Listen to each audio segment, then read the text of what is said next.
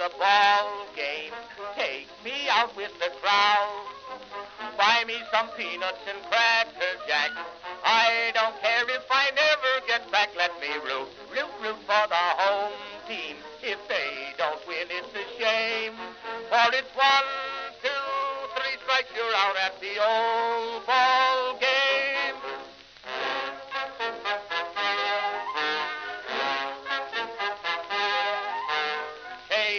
Casey saw all the games, knew the players by their first names, told the umpire he was wrong all along, good and strong. When the score was just 2-2, Casey knew what to do, just to cheer up the boys she knew. She made the gang sing this song. Take me out to the ball game, take me out with the crowd. Buy me some peanuts and cracker jack. I don't care if I never get back. Let me root for the home team. If they don't win, it's a shame. For it's 1, 2, 3 strikes, you're out at the old ball game.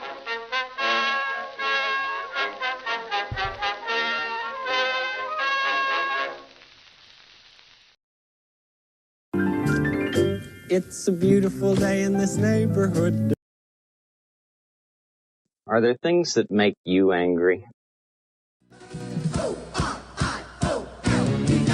Magic, magic, magic, magic. Orioles magic, baby, magic, magic.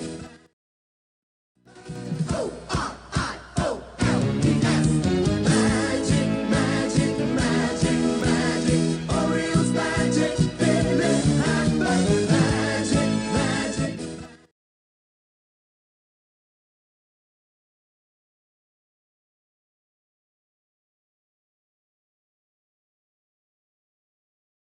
There we go. O-R-I-O-L-E-S. Magic, magic, magic, magic. Orioles magic, baby, magic, magic. Something magic happens. It's the magic of Orioles baseball. Do-do-do-do-do. Do-do-do-do-do. Do-do-do-do-do-do-do-do-do-do. Greetings, folks, and welcome to live coverage of Orioles baseball, where this afternoon the Baltimore Orioles will be playing the Houston Astros live at not this ballpark, not the regular season home of the Astros, the spring training home of the Astros. This Grapefruit League game between the Orioles and the Astros at Cacti Park of the Palm Beaches. What? That's the name of the venue? Cacti Park of the Palm Beaches. Park of the Palm. Yeah, I know a few rest stops with that same name. Folks, we've got baseball today and tonight. Last night, in the World Baseball Classic, if you're following, Team USA defeated Team Mexico. What was that final score? 8-5? No, 5-3.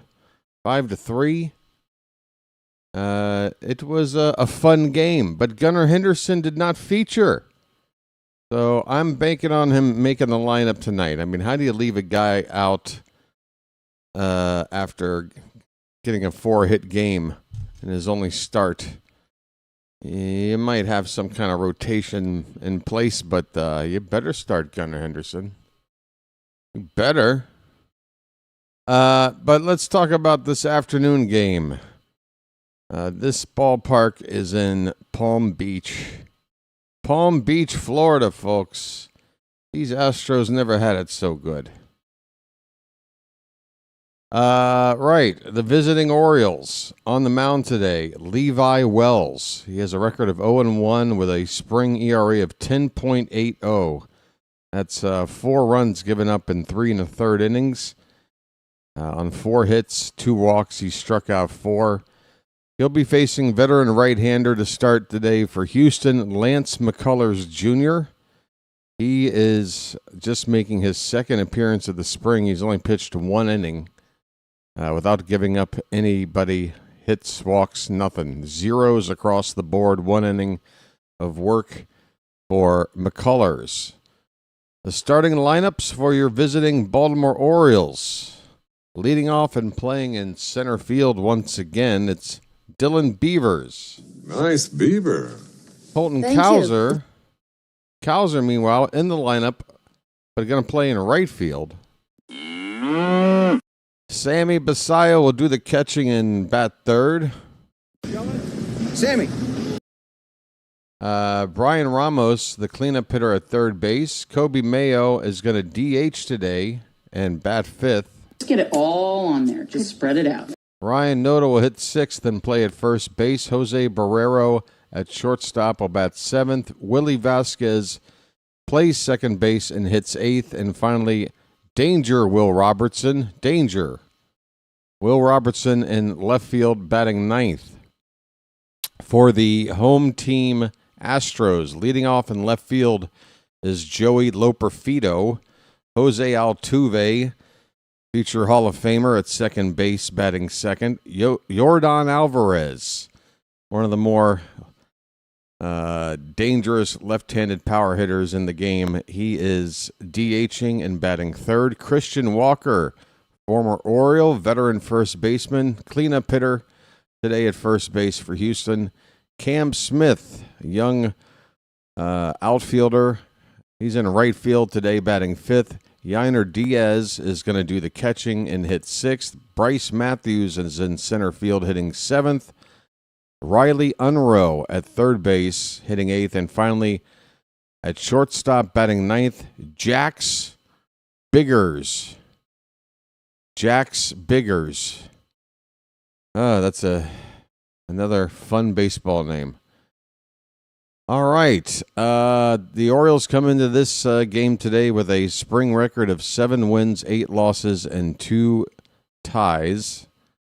And Houston comes in with a 5-8 win-loss record. They have drawn 3. Folks, we've got 2 ways to watch the channel here. A horizontal and vertical option, depending on what device you're using and what preferences you like. Just started using the vertical stream for this 3rd season of the channel. And, yeah, it's starting to catch up with the horizontal. The chat might not be yet, as I stare at a currently empty vertical chat. But if you're over there, don't be shy. Somebody will get the conversation started. Over here on the horizontal side, we've got a few of our regulars. Chowa, Phantom, Null. There's also, let's see, what is it? You put the wrong flag in. You put Mexico instead of Italy. Okay. I didn't realize I picked the wrong thumbnail. I'll go in and fix it. Stand by.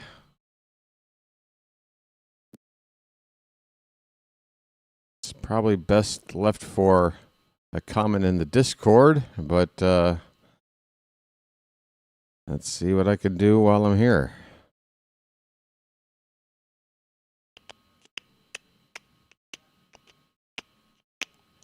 That is the Italian flag, Chowa.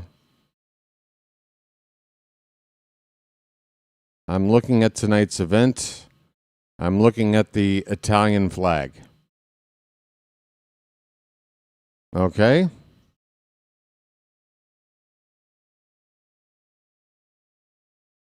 All right. Are we good? Okay. Moving on. Right. Yeah. It's probably best to know what the Italian flag looks like before saying it's the wrong flag. I thought the Italian flag was one of the most easily recognizable, easily spot. I mean, have you ever picked up like a bag of Parmesan cheese? Have you not seen this flag like everywhere? Calm down, BW. Calm down. It's fine. Fine. Just getting started. Just hit midnight. 2 games. 2 more games today. You'll be fine. Everything's going to be fine. Everything's fine. Everything's good. I'm going to have a lucky now. First pitch will be in a couple of minutes.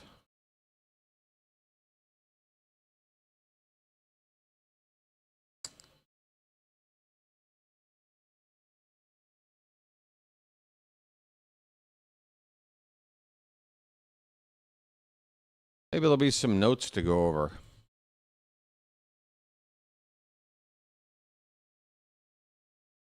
Congratulations to a couple of Orioles by the name of Davis. Storm Davis and Chris Davis have both been elected to the Orioles Hall of Fame. Congratulations to both.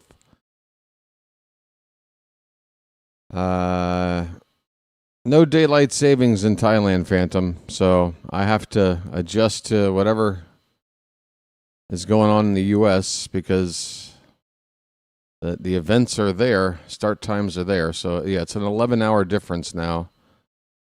Currently just 3 minutes after midnight over here.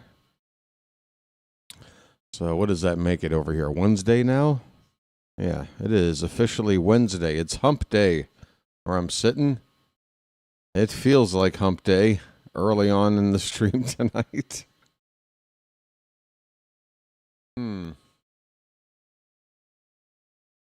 Oh, if you only knew how much I am holding back. I think you know. And I think somebody more stable than me would do a better job of it. Let's see. I'm going to open up Rock Kabatko's latest write-up here and see if there's anything worth sharing with you folks. Write-up that says some Oriole leftovers from yesterday's trip to Jupiter. Let's see.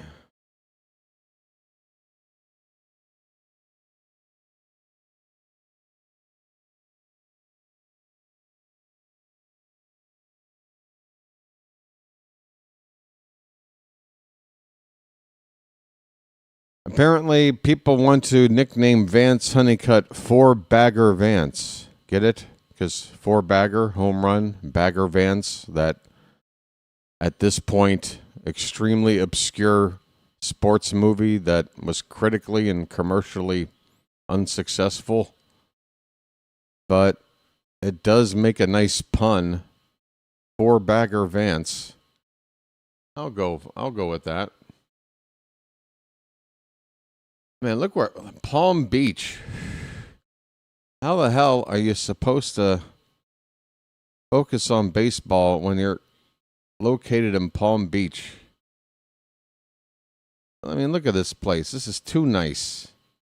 They never had it so good. So this is a shared complex with the Washington Nationals. I see Nationals logos and what have you all over the ballpark. It's a nice looking venue. I can see why 2 teams would share it. Probably makes things cheaper as well. Is Storm Davis still alive? He was an 80s pitcher. As far as I know, he's still alive. I hope so. I wonder what the hell took the management so long to induct Storm Davis into the Hall of Fame. Well, you know how these Hall of Fame things work. Folks, we're about to have first pitch of the ball game. Are you ready? McCullers goes into his delivery, and it's in there for a called strike. We are underway. Dylan Beavers at the plate. Nice beaver. Thank you. Count is 0-1 on Beavers. Playing center field today, even though Cowser is in the lineup. Cowser's playing in right. They're doing it for the reps. This pitch is a little bit outside. 1 ball and 1 strike. Yeah, so with the Hall of Fame selections every year, like, what was it, Joe Orsulak got in last year? I growing up, late 80s, early 90s, that was peak Orioles baseball for me as a kid, and Orsulak was a great player on those teams. I could argue last year what took them so long to get Orsulak in there. 2-1 pitch. That one's lined into right field. Cam Smith, though, is there. He's going to make the catch. Beavers turned on one, got good wood on it, but right at the right fielder for the first out of the ball game. So, but it's not like you can create a Hall of Fame and then just sit there and go, well, these 57 guys all deserve to be in the Hall of Fame. You have to stagger the selections so that every year you've got 2 or 3 guys. So guys just kind of have to wait. Some are based on how recently they retired. You usually have like a veteran committee kind of guy, a guy that's not played for some time, like a Storm Davis, and then you usually get a more recent guy like a Chris Davis. That's usually how it goes. They get an older guy and a newer guy. And this year the older guy is Storm Davis. I don't think they, insulted him by waiting till now to do it. That's just how it works. Colton Cowser with a count of 1 ball and a strike. This one's lifted toward left field. The third baseman fighting the sun into foul ground will make the catch. 2 down. Cowser retired.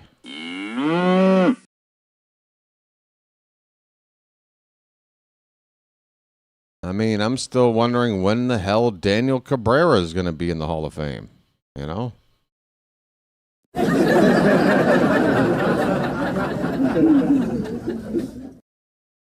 All right. 2 down. Oh, I need to get the scoreboard fixed, don't I? Because we're well underway. First pitch strike to Sammy Basayo, folks. That's my boy. Sammy. Westberg's my boy, but Westy can't stay healthy. So until he's around, Sammy's my boy. 0-1 pitch is right in there. It's 0-2. I've got to do. Thank my family for believing me and being with me throughout this process. Quiet. The count is 0-2, 2 down, nobody on, top of the first. McCullers delivers a breaking ball, swung on and foul tipped at the plate. Still 0-2. Folks, just to remind you, if you're watching along with me and you're ahead of me, the only way that's going to work is if you pause your game, allow me to catch up, unpause your game, and we'll get synced up together. 0-2 pitch, hit on the ground on the right side. A couple of bounces toward first. Picked up by Walker. He tags the bag and the inning is over. On to the bottom of the first, it's the Orioles 0, and the Astros are coming up. Info needs alignment. Yeah, I'm working on it. I am already working. I was working on the vertical first. But nobody's over at the vertical, so nobody would know.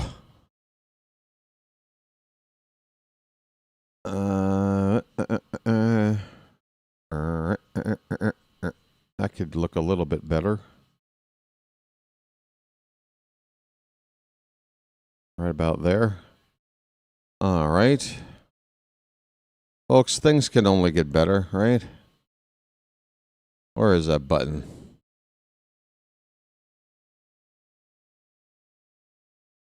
Cabrera deserves nothing. Nothing. All right, so I was able to run down and get a coffee before the stream started, and I had the misfortune of bad timing. I went into the 7-Eleven. It was busy. And there was one guy near the coffee bar, and it was the guy that I know to be the most inept, undertrained, has no idea what the hell he's doing guy. And he was tasked to make my coffee, and yeah, it doesn't taste right. I told the manager lady when they were there together one time, like, lady, this guy doesn't know how to make the coffee. He hasn't been properly trained. He's just sort of guessing. So I walk in, and like there's 2 registers with like 5 people on each line. There's people with like food warming up in the microwaves.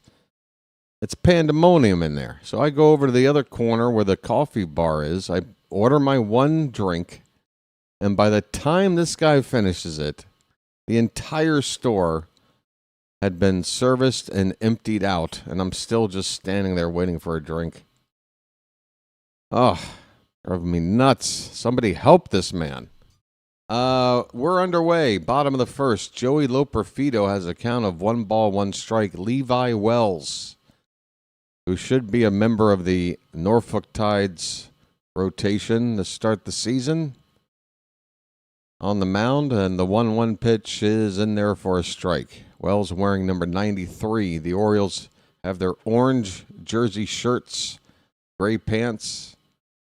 Houston with those navy blue shirts with that sunburst trim, you'd call it, white pants. Here's a ground ball. That's a fair ball down the right field line and into the corner. Digging it out of there is Cowser, and Loperfido will have himself a leadoff double for Houston. There goes the perfect game and the no-hitter for Levi Wells. That was a breaking ball. Loperfido waited back on it just long enough to keep it fair. And Wells is immediately in trouble with a base runner in scoring position, nobody out, and future Hall of Famer Jose Altuve at the plate. Big swing and a miss. Altuve's helmet goes askew on that first swing. Jose Altuve, folks, I know a lot of people can't stand the Astros over the past decade or so, what with the shenanigans and what have you. And I know Altuve's been a part of the shenanigan teams. We have ourselves an early challenge here, it looks like. The count has been called 0-2. Looks like Houston's challenging this. They think it's a ball, and they're right. That ball, 0.4 of an inch off the zone. So the call is overturned. Houston keeps a challenge. And the count now 1-1 to Altuve. Pitch is in there for a strike from Wells. A cutter at 89 miles an hour. But yeah, despite the reputation and the trash cans and come on, how do you not appreciate the career of Jose Altuve? Swing and a miss. And down goes Altuve. See you later. Where's the button?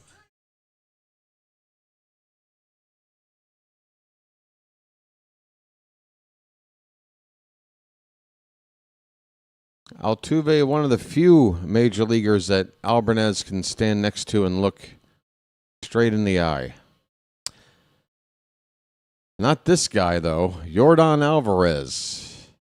What a difference. And it's just hilarious watching Altuve at the plate, followed by Yordan. I mean, could you look any different in terms of size and everything else? That's why this sport is the best. 1-1 the count on Yordan. That runner still at second base with 1 out. In the regular season, I would be pitching around this dude in this spot every time. He got a base open at first, set up a double play. If you're a right-handed pitcher, you're not going to find a more dangerous guy to face than this guy. Just don't try it. Jordan smokes one foul, bouncing off the seats down the right field corner and back onto the field of play. The count is 2 balls and 2 strikes.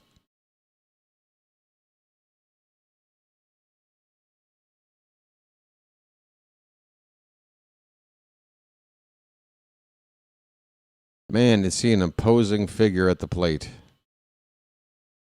He can't be that much smaller than Aaron Judge. This pitch is fouled away. And the count's still 2-2 on Jordan Alvarez. Runner at second base, 1 out. We're only in the bottom of the first with no score.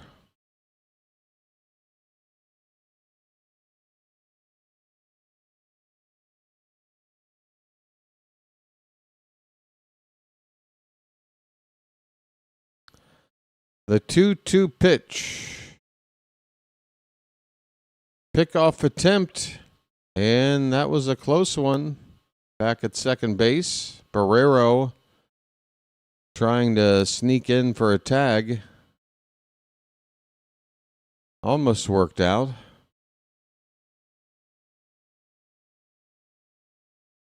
Still waiting on a 2-2 pitch to Alvarez. Here it comes. Low and away for ball 3. I mean, if you're going to eventually walk him, why waste 6 or more pitches to do it?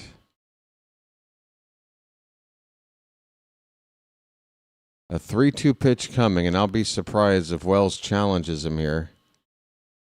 Here it comes. Oh, good pitch. That ball was riding away from Jordan on the outside corner. He was only able to foul it off. We'll have another 3-2 pitch here. Loperfido at second base, 1 out. The 3-2 to Jordan. Upstairs for ball 4. So there you go. 7 pitches to do what I say you should have done with 4. First and second with 1 down. Christian Walker coming up. Walker's had a nice career. Nice long career. If we only knew what we had back when he was an Oriole in his brief time.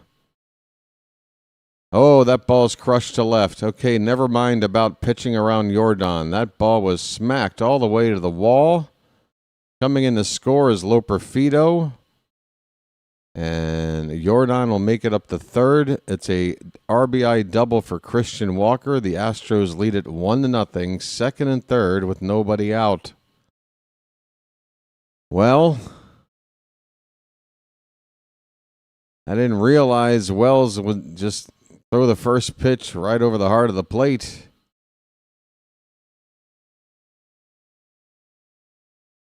I retract my strategy.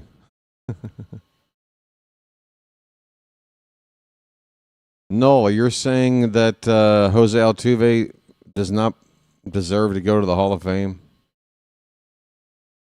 I have to disagree. I'm going to have to disagree on that one.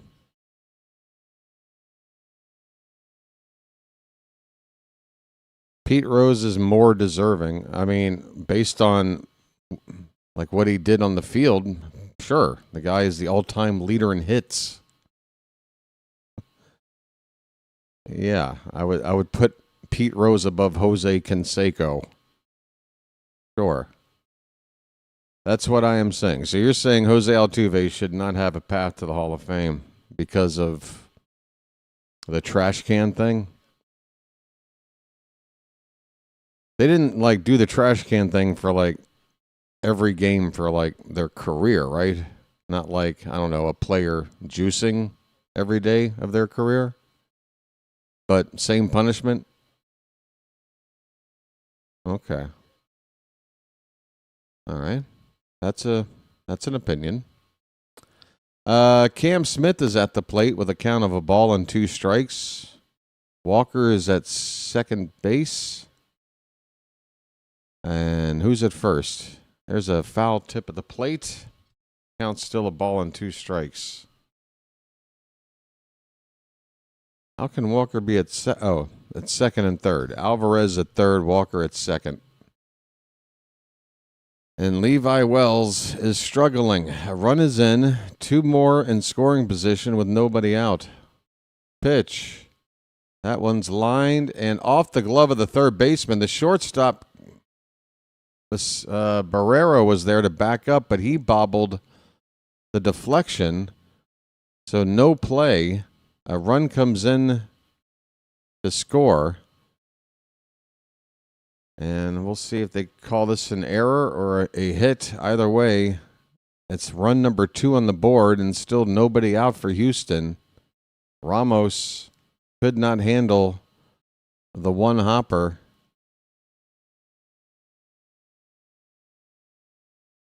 They have not ruled whether it's a hit or not yet. 2-0. Yainer Diaz up at the plate. Still nobody out.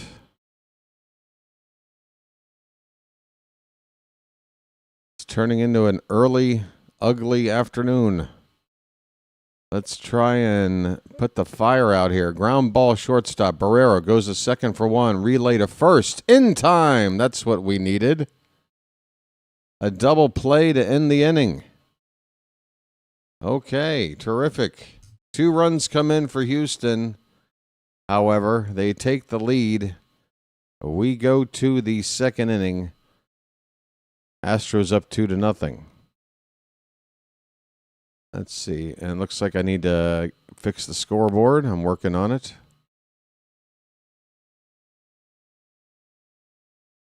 Do.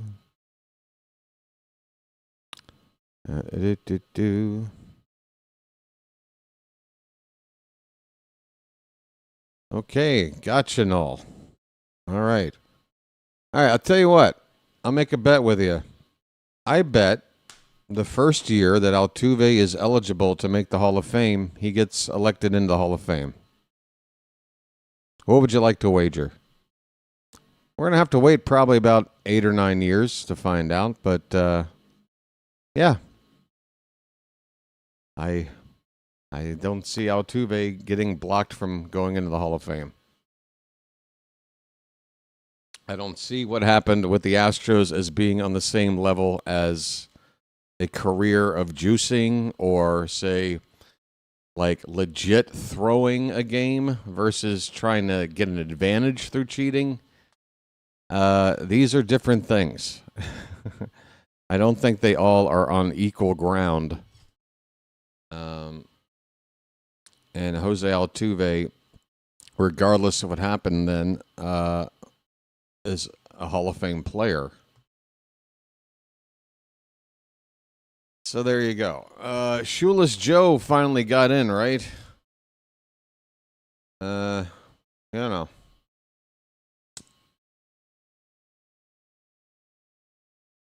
I don't think Altuve will have to wait that long. And I really wouldn't mind changing subjects at this point. Lance McCullers started Game 3 of the World Series. Since then, he's gone through a lot of injury issues. And last season, he appeared in 16 games, made 13 starts. His ERA was 6.51. So he's looking to get back to his old form. Here's a first pitch ground ball up the middle. The second baseman with an off-balance throw. A nice attempt, but that throw is going to be a little bit late. Ramos beats out an infield single. Altuve with an acrobatic play. Just couldn't get enough on the throw.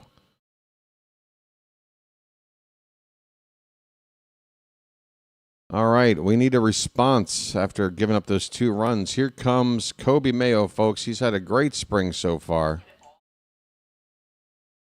Looking good at the plate. And he launches one. My goodness, if it's fair. Where's it going? That ball is gone. Bye, birdie. Get it all on there. The Orioles waste no time to respond, going down 2-0, 2 pitches into the inning. And we're tied at 2 on a 2-run bomb from Kobe Mayo.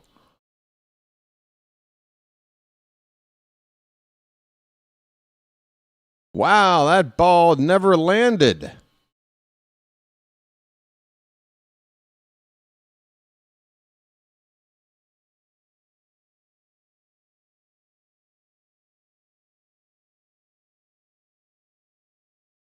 Wow, good grief. Mayo is ready to hit. Ryan Noda at the plate, 0-1 pitch, swung on a missed 0-2. Man, you can't respond any quicker than that.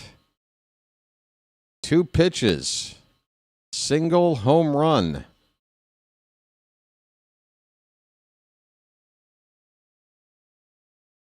2-2 ball game. Nobody out. 0-2 on Noda. How far did that Mayo home run ball fly, you ask? 434 feet. A no-doubter. That would have left the yard any direction.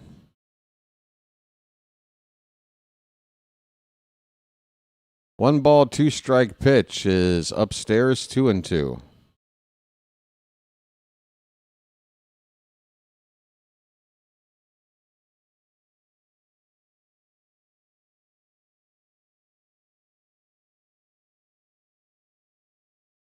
Swing and a miss. Noda chases a knuckle curve below the zone, nearly in the dirt. Actually, I think it was in the dirt because the catcher tagged Noda to complete the out.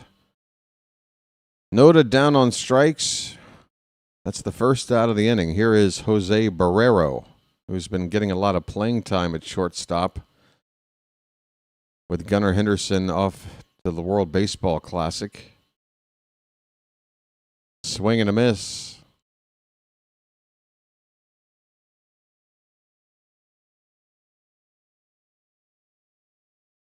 Barrero hitting just 100 on the spring. That means he's either 1 for 10 or 2 for 20. That pitch outside, 1 ball and 1 strike. 108 off the bat of Mayo. I couldn't even see the baseball. It just obliterated. He tore the cover off the ball. 1-2 on Barrero. McCullers. Next pitch is low.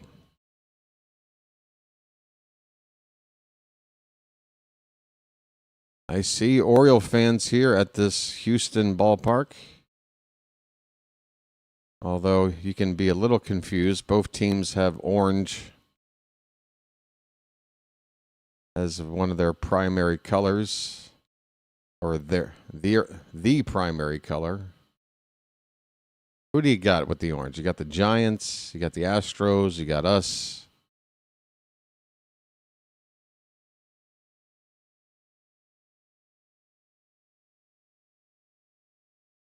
Two and two on Barrero. He steps out of the box to adjust his gloves.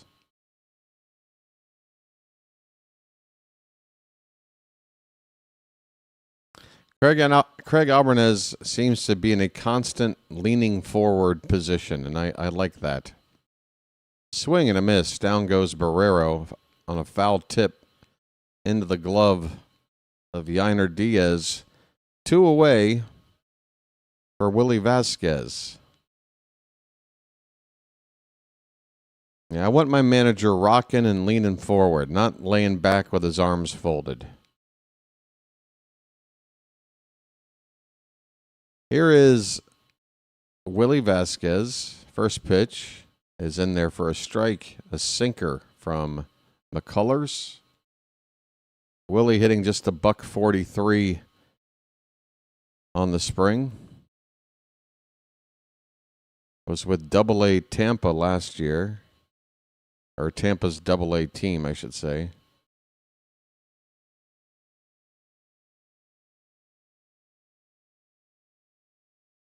It's a foul ball. It's 0-2 on Vasquez.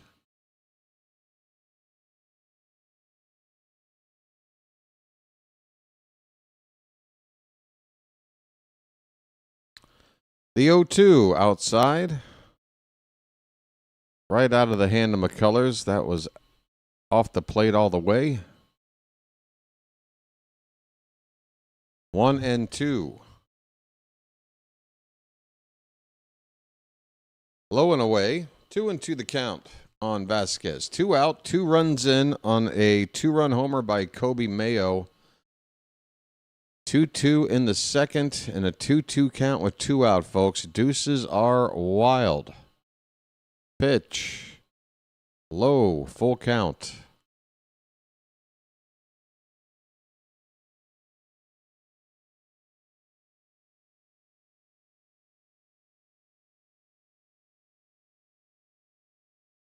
Here comes the payoff pitch.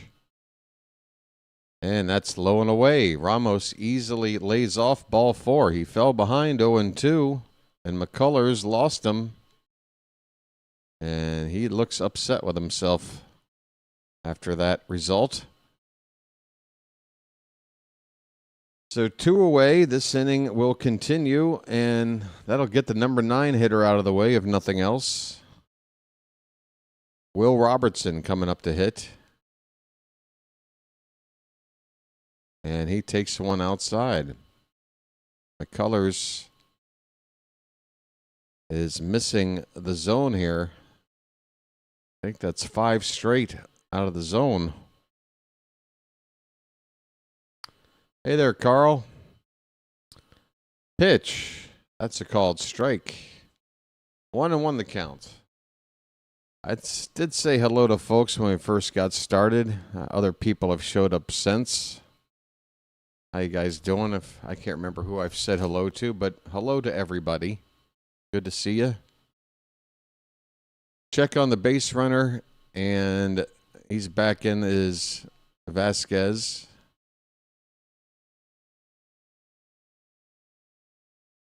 Not sure what kind of speed he's got.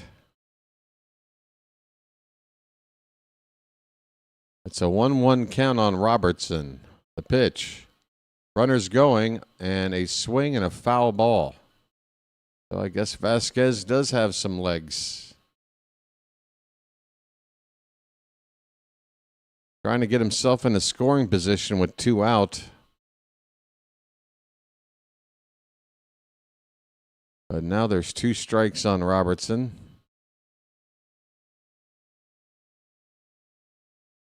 One-two pitch. Breaking ball. Line drive. Base hit into right field. Oh, it was one pitch too late. That ball hit too hard for Ramos to go more than one base. So with 2 down, the Orioles have a rally cooking here, first and second, and the lineup will flip over for Dylan Beavers. Folks, get those Beavers up in the chat now.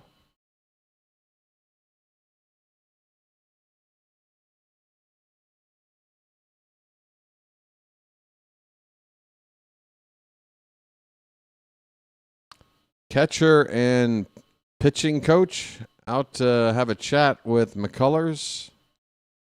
Umpire making his way out to break up the talk.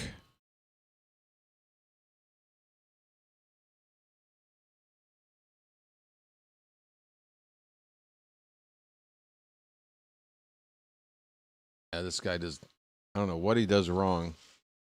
It's like he's missing an entire step. Something is missing in this drink. First and second, 2 down for Dylan Beavers. He lined out to right his first time up. He hit the ball hard. Let's see if he can find some real estate this time. Pitch. Up and away for ball 1.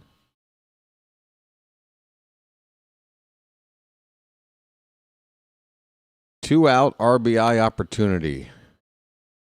These are the ones you love to see converted. Catcher sets up on the outer half of the plate, and McCullers hits the glove with that pitch. The count now 1-1 strike.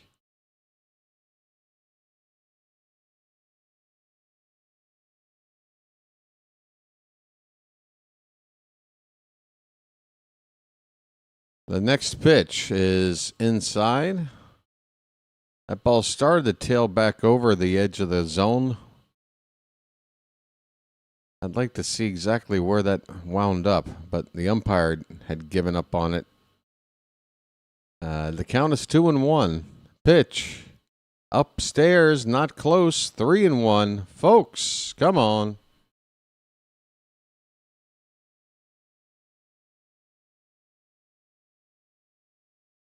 Hitters count for Beavers. 2 men on base. The 3-1 pitch popped up. What the hell? That ball's going to get out of play. Oh, you know, I've had my button muted the whole time.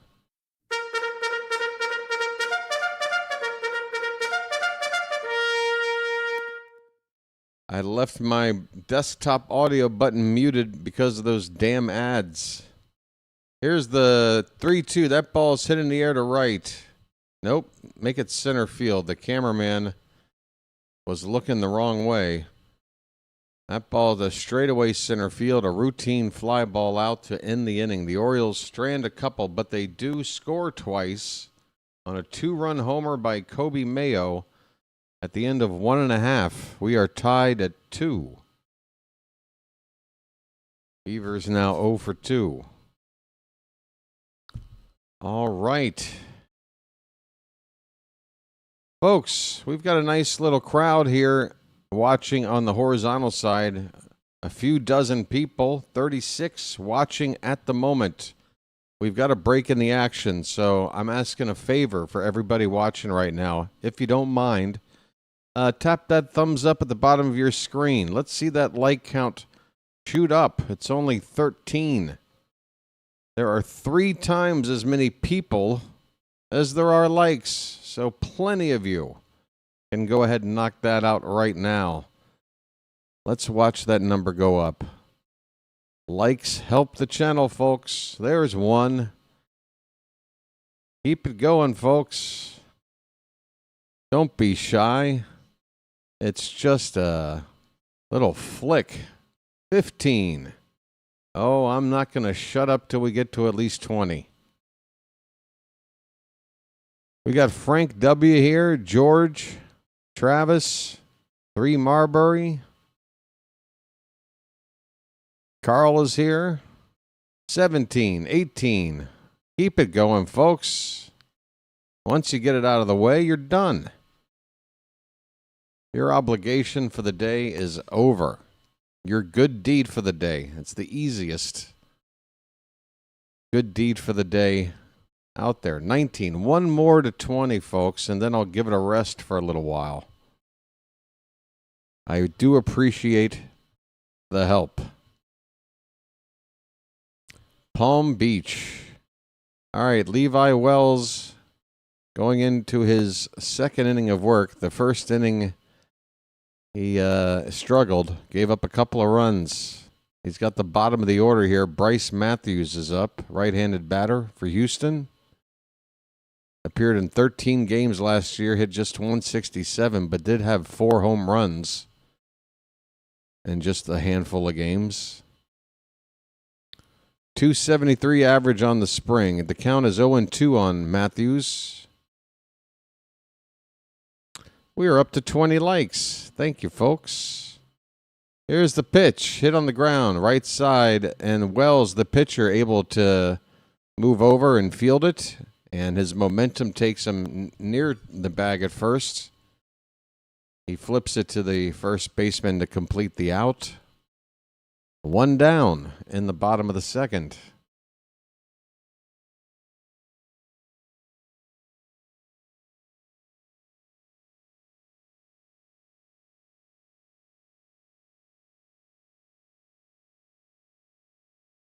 Okay, here's Unrow, left-handed hitter. Big swing and a miss. Got a high fastball, 95 from Wells.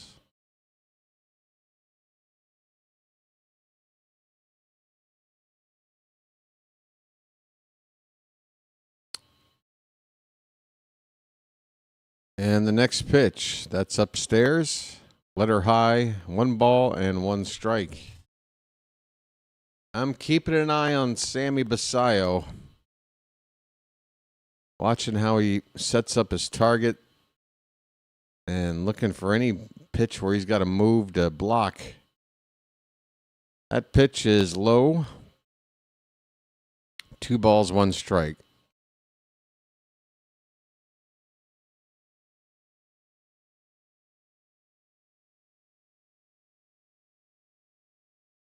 Two one pitch. Fouled away. 2-2.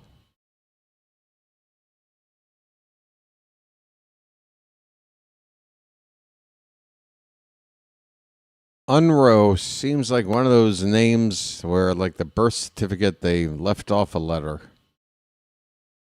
Was he supposed to be a Munro or a Dunrow? 2-2 pitch. Fouled away. We'll do it again.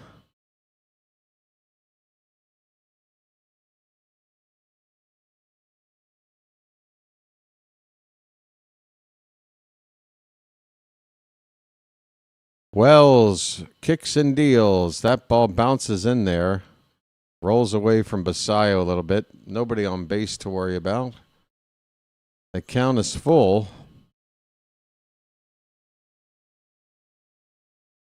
I like Sammy's silver themed catcher's equipment.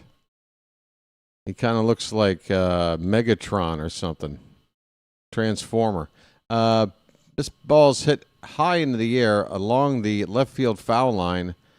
Ramos goes into foul ground to make the catch for the second out. Unrow retired.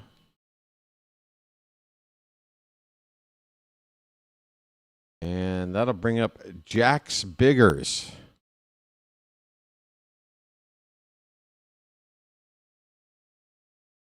Jax Biggers, folks. That is a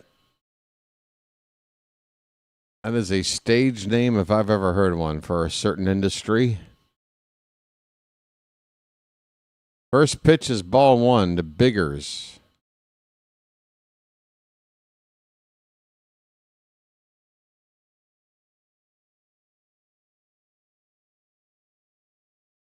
The 1-0. Swing and a miss. Challenge fastball. Right down the heart of the plate. And Wells wins the battle on that one. 1 ball, 1 strike. Dick Biggers.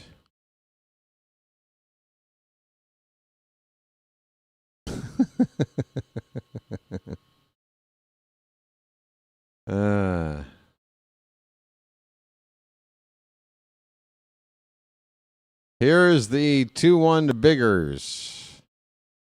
Called strike 2. Emphatic strike call from the home plate ump. That's the loudest sound I've heard from this broadcast today.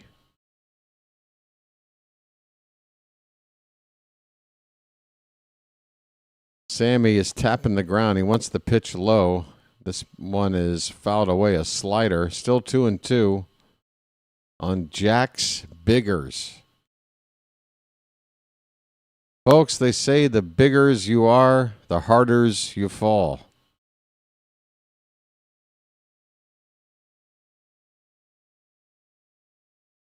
This pitch is fouled away again. Basayo stands up. He looks like he needs a breather. Wells rubs up a new baseball. We are ready for the next 2-2 pitch. Sammy likes to hold that glove. Sammy doesn't receive like this. He holds his glove like this. Every time. It's hurting my wrist watching him do that.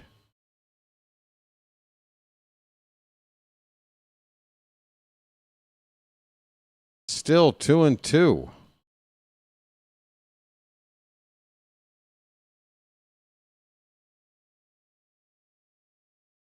And that's inside. Full count.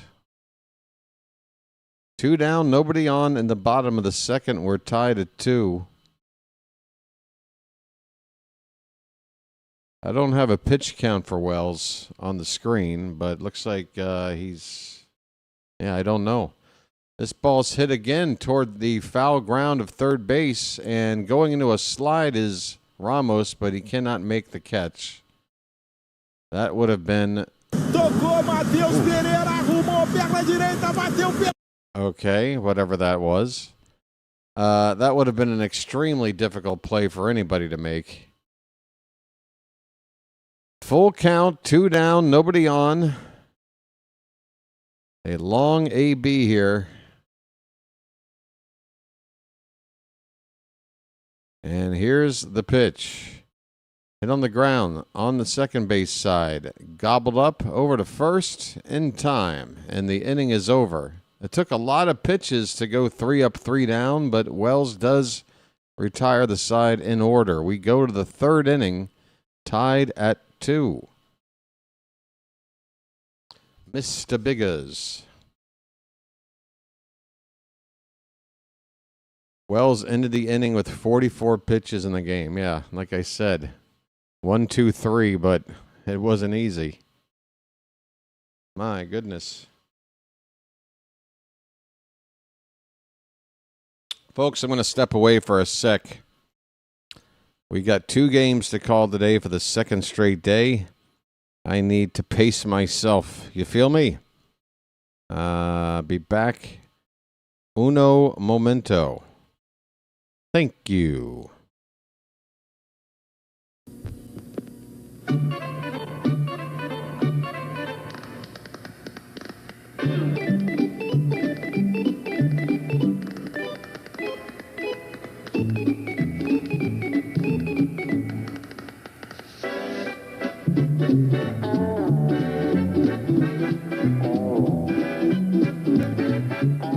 He met a strange friend in the Chesapeake Bay when Monday the Monster... Stick a fork in the Yankees. They're done, baby.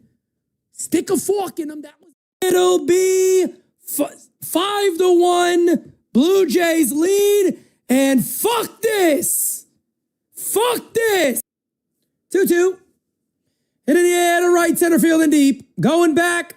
It is 11-0 Blue Jays. This gotta be one of the most disgusting fucking turn of events I have ever watched. I mean, the New York Yankees as a whole should be a fucking shame to themselves that they are not only losing, they are taking an absolute thrashing, Diddy style, with no Vaseline whatsoever, no baby oil, nothing.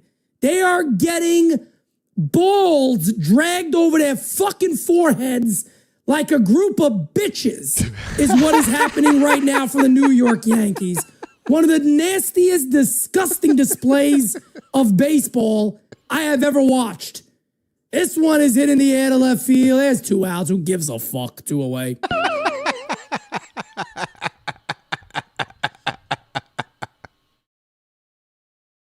Oh, man. I love Pete, man. I love Pete. God, he's good. There was... Wait, let me... All right, the count is 2-1 on the batter right now. Ryan Noda. This one's popped up to left field. Should be playable. Camped under it. Whoa! Has to go to a knee to make the catch, but Loperfido eventually pulls that one down. 1 away here in the top of the third. Yeah, can I just hear the beginning of that one again? Because there's a way he uses an F-bomb that I don't think I've ever heard before. Hold on. 2-2. Hit in the air to right center field and deep. Going back. It is 11-0 Blue Jays. This gotta be one of the most disgusting fucking turn of events I have ever watched. I mean, the New York Yankees as a whole should be a fucking shamed of themselves. That's it. Should be a fucking shamed.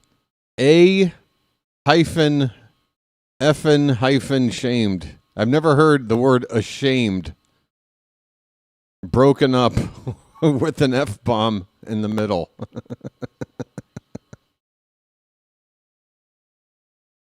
Yeah. Yeah, tell me more about the rings. You guys sound like you're still living on cloud 9, right? Sure you are. Keep telling yourself that. All right, we got one out, nobody on. Basayo is at the plate. Forgive me for not calling the first few pitches. I'm having too much fun at the expense of the New York Yankees baseball club and their fan base. But we got a 1-2 pitch coming to Sammy, and it's a swing and a miss. Down he goes, 2 away. Chased a changeup low. McCullers up to 48 pitches now. 2 down in the third. Pete and I used to chat, not voice to voice, but through chat. He appeared on my stream on at least one occasion that it's the first time we met. I think he came over a couple of more times, and I would go over on his channel and was welcomed despite my Oriole handle name. But things went south just a couple of months into our budding friendship, and it all happened because of the incident involving the Yankees and Orioles with Heston Kjerstad getting beaned in the ear, if you remember. And that was on the heels of a series of hit-by pitches where at that point the Yankees had hit that season Oriole batters somewhere in the neighborhood of 13, 14 times. We had hit the Yankees 3 times. But apparently if you hit Aaron Judge once, You can write that in pen. then the Yankees are obligated to hit 6 of your guys. That to them, that makes an even score. So I went on to Pete's post-game show like 1 or 2 games after that Kjerstad game, and I just wanted to clear the air with him because I'm listening to him explain the situation and trying to act like the Yankees weren't in any way in the wrong. There's a called strike 3 to Brian Ramos. That pitch on the outside edge. The Orioles retired in order here in the top of the third. Bottom of the third coming up. We're tied at 2. Orioles and Astros. So yeah, I came into his chat and I wasn't trying to make him look foolish or whatever. I actually said, hey, Pete, did you check out the John Boy Media breakdown of that whole situation? And I thought I was being diplomatic. I mean, John Boy Media, if you guys are familiar, one of the more popular content creators on YouTube and devout Yankee fan. He does these breakdown videos, and he broke down that whole situation. And as a Yankee fan, he's saying the Yankees are kind of in the wrong here. And he broke down how many times both sides got hit by a pitch and all that stuff. And I said, Pete, listen, man, like even one of your own guys is saying, this isn't, this isn't like, this is not a balanced situation. Like, you guys are kind of in the wrong on this one. And the whole thing was when Kjerstad got hit in the ear, I think, was it Clay Holmes, the pitcher? Clay Holmes was basically, and then Jazz Chisholm was sitting in the dugout laughing. Just really classless stuff going on in the situation. And, Oriole players were rightfully upset. There was some confrontation going on in the field. And things got a little bit ugly. But, so the rivalry between the two teams was tested. I came on to Pete's channel just trying to, really, honestly, just trying to come to a mutual understanding of what actually happened. But he basically, when I tried to bring up the subject live on his stream, he kind of just blew me off. And that was that. I actually wrote him an email like a week later just to be like, hey, dude, like, I wasn't trying to show you up on your show. I'd like to continue to have some kind of relationship with you. I look up to you, and I admire the channel you got going there, and the way you do it, the way you, because Pete really does put a lot into that channel. He does. First batter in the bottom of the third is retired, and I missed it. I'm sorry. I am a little bit distracted. It's spring training, folks. Loperfido is retired on a ground out to first base. Altuve now at the plate, and he takes strike one. So that's what happened. Long story short. Oh, I forgot to turn the camera back on. Oops. Oh, my. You know what? I'm going to turn the vertical camera off. How about that? There. 1-1 pitch to Altuve, fouled third base side. 1-2 the count. I'm having a little snack here in the background as well. So let me finish up, and I'll be back on the camera here in a sec.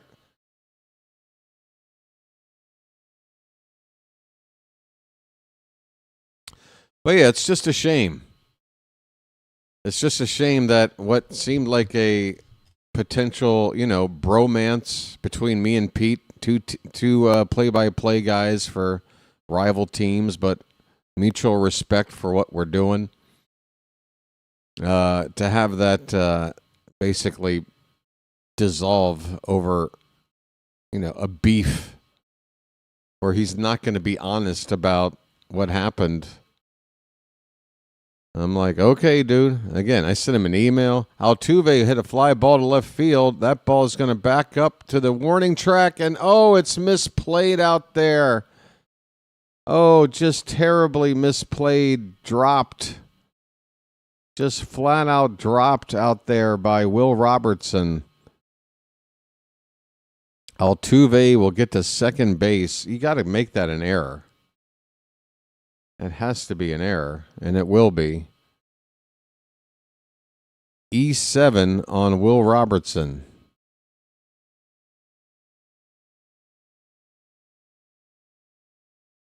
And now you got to deal with Yordan Alvarez with a go-ahead run in scoring position and nobody out. Bad time for that to happen. Yordan fouls one back. It's 0-1. I'll be back on the screen here in a moment, folks. Yeah, Phantom. Yeah. Yeah, typically I don't want to be on camera for one and not the other. It was a mistake on my part, but I prefer to be off camera. Yordan pops it up. Okay, this is good. Shallow left field. Battling the sun is Robertson, and he makes the catch. All right, credit to Robertson. If the sun is that tough, and he's making it look like it's tough, then maybe that fly ball he dropped out there was a tougher play than it looked. That's a big out, though, to retire Alvarez. 2 down in the inning. Here comes Walker. Now, I said pitch around Yordan last time, but then Walker came up and smacked it. RBI double.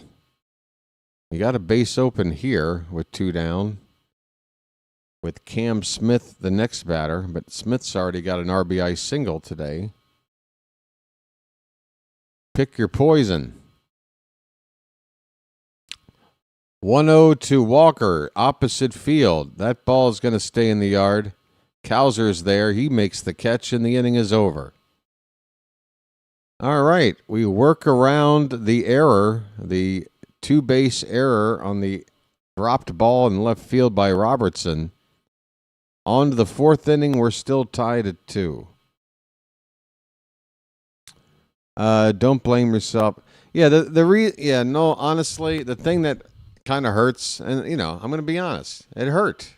It hurt that Pete basically just said, "I'm not going to ever talk to you again," because I sent him an email like to his regular email address, and I was just, again, I was very honest and, trying to salvage something. Without it, sounding desperate or whatever. I don't need to be friends with Pete. Not to sound like a dick or whatever, But yeah, it's not like it was out of desperation. I just felt like it was such a, such a petty, stupid thing to, make a budding friendship end on.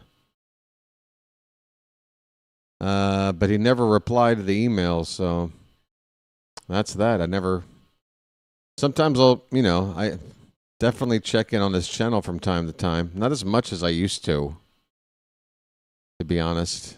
But I do check in on his channel, but I don't comment anymore in the chat. I just peek in to see what's going on. Usually peek in when I hear about something bad that happened, just so I can hear him call it, and then grab the clip of that, and then put it in my soundboard, and then make fun of it. You see? Stuff like this. Oh, wait. That's the wrong button. Stuff like this.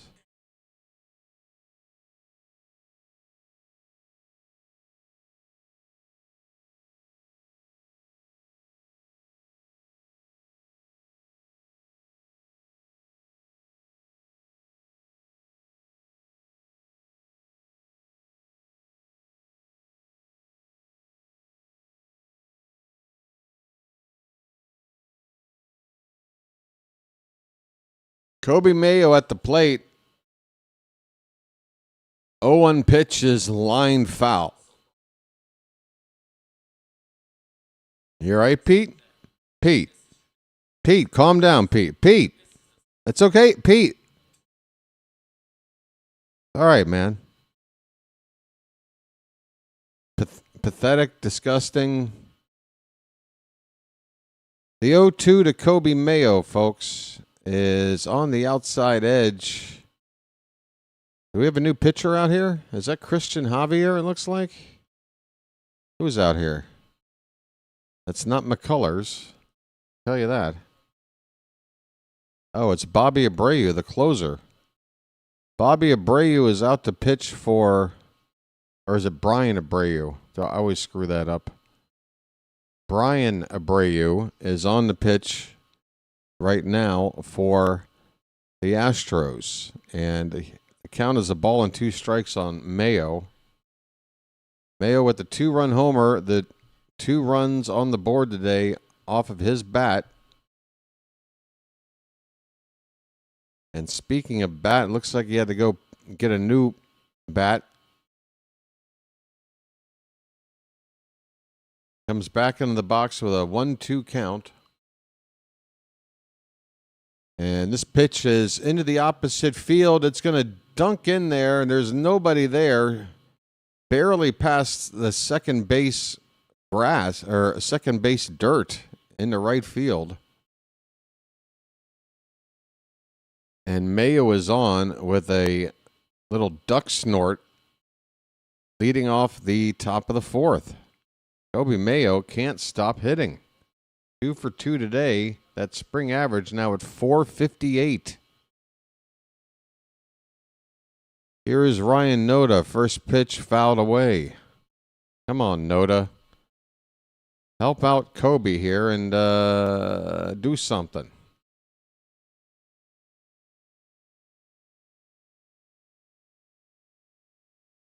All right, your boy's getting back on the air. Here we go. 0-1 pitch.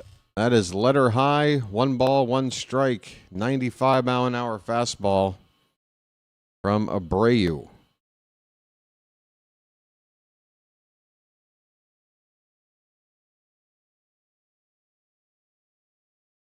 There goes the runner. The throw down to second is late. Call is safe. Kobe Mayo steals a base. You mean I went through all those Pete clips and, oh my God. Yeah, I had the audio muted again for the desktop because of those ads.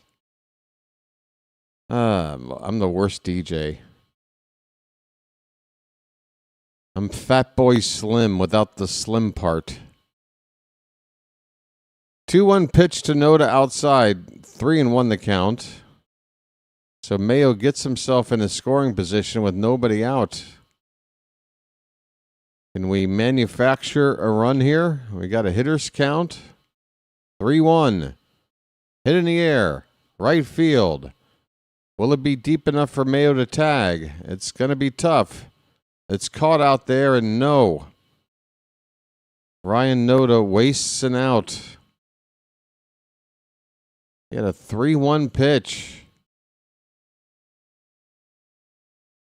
Cam Smith with the catch in shallow right, and he gave himself a running start to make the catch to get some extra power behind that throw, holding Mayo at second base. Jose Barrero up 0 for 1 with a strikeout. And this ball is hit out toward right. Smith right in his tracks. Well, now he has to take a couple steps in. Fires another bullet back into the infield. 2 down in the inning. Mayo still at second base after stealing second with nobody out.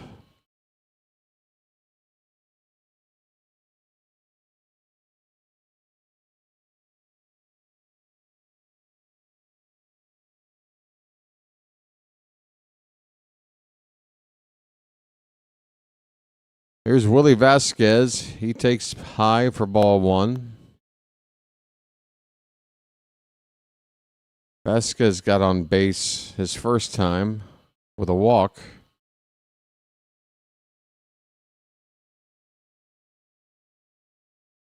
Pitcher Breu takes a look at second, and here's a fly ball out to center field, left center. Toward the edge of the warning track, the catch is made by Loperfido to end the inning. The Orioles get a runner to second with nobody out and don't move them any farther than that. We go to the bottom of the 4th, still tied at 2.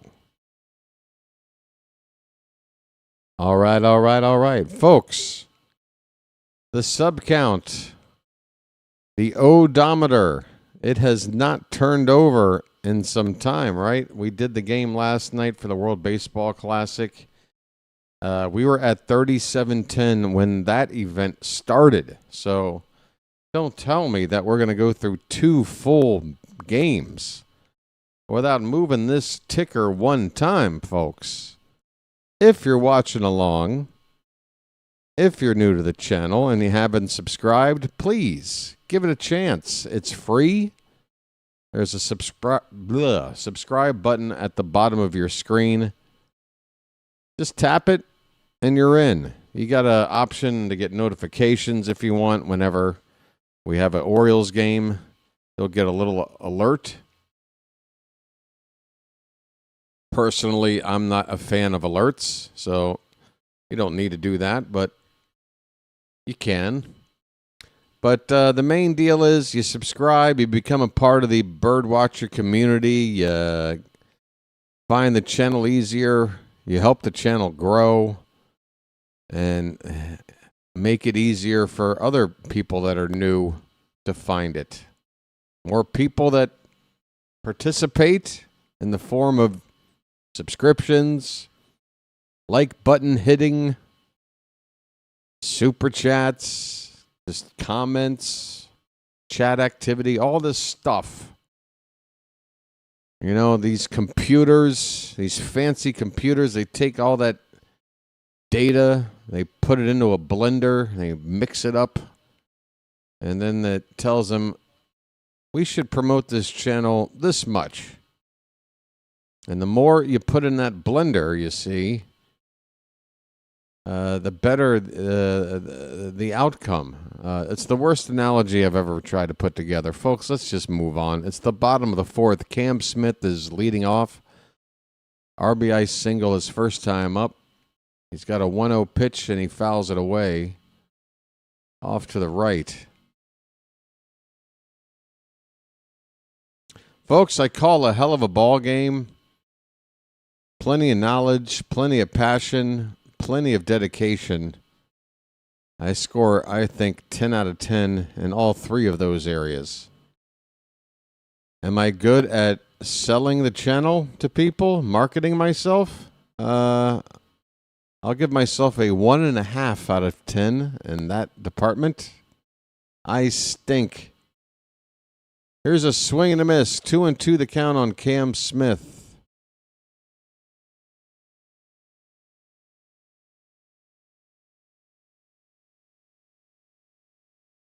Maybe I need a jingle or a catchphrase or something.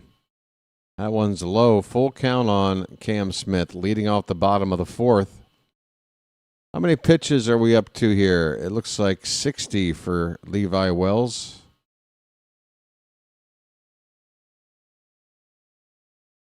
There are a few other pitchers scheduled to appear in this one for Baltimore. Smith with a fly ball to right. Cowser does not have to move very much. He makes the catch. One of those relievers, Josh Walker, is getting loose, the left-hander, right now in the Oriole bullpen. So he'll be the first guy to come in here for Wells. Yainer Diaz hit into a double play first time up. Fouls a first pitch away. Yainer. That foul ball might have got a little bit of the umpire there.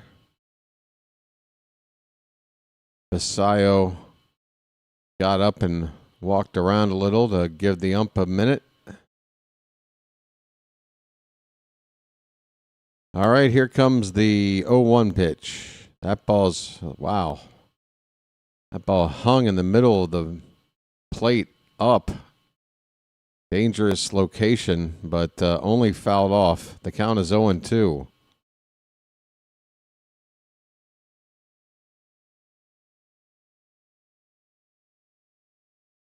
To Diaz is a breaking ball off the plate. Not close.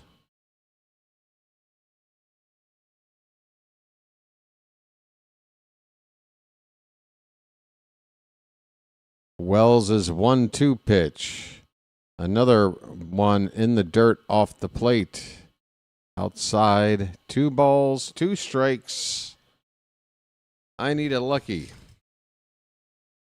It's only the what inning are we in? It's only the 4th inning. Wow. My stamina is just not there. 2-2 pitch. Hit in the air. That is into foul ground near the tarp. And wow, it looks like the catch is made out there by Ryan Noda. He made that catch. Oh, that is very impressive. He had a lot to deal with. There's a lot of foul ground here. There's a tarp in the way. Noda had to change direction, and right where the tarp ended, he had to get in the little triangle corner of the tarp and the wall, the just little corner of the field right there. He made the catch. I'm doing a terrible job describing it, but I don't think any description would do that catch justice. What a play there by Ryan Noda. He can't hit for shit, but that was a nice catch.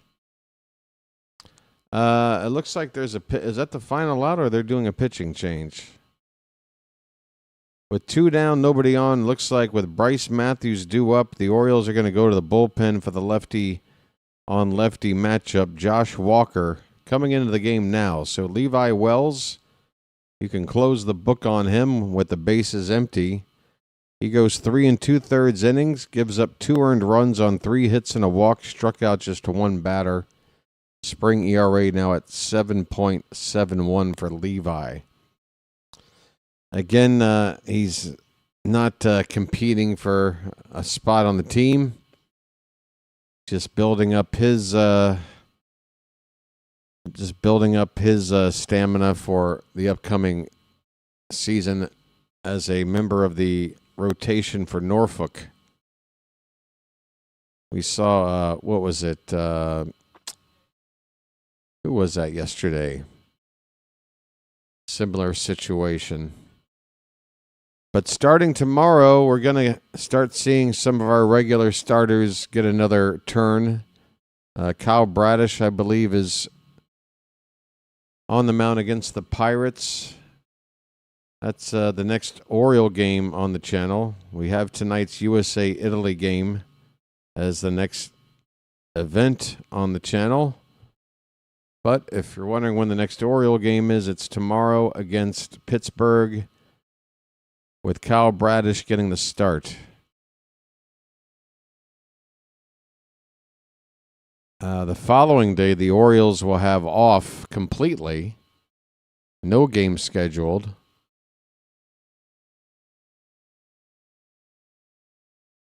So that'll give me an opportunity to recharge the batteries. Josh Walker on the mound. Bryce Matthews at the plate. First pitch is ball 1. Oh, Matthews is a right-handed batter, or is he a switch hitter? I thought he was a lefty. I'm sorry. My apologies for assuming Bryce Matthews would be hitting left-handed.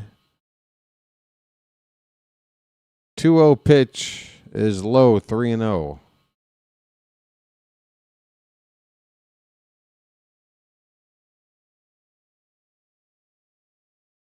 Yeah, Matthews is just a right-handed hitter. I don't know why I thought he was a lefty. 3-0 pitch is not even close. A 4-pitch walk. And that is how the day starts for Josh Walker. Not good. 4-pitch walk, and pitch 4 was worse than the first 3.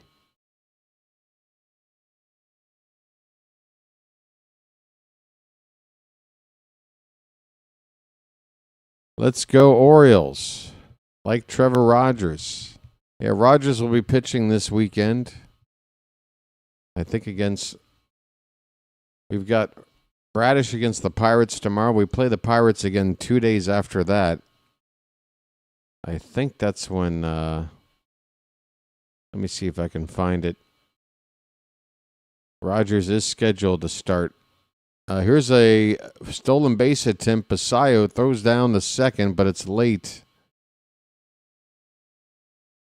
So the Astros get the go-ahead run in scoring position. Bryce Matthews steals second base. Nobody out for Houston. Let's see if they try to manufacture a run here. We're tied at 2.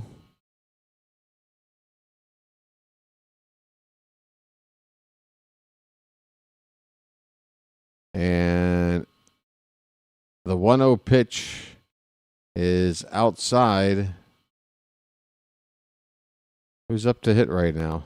Is there a pinch hitter in?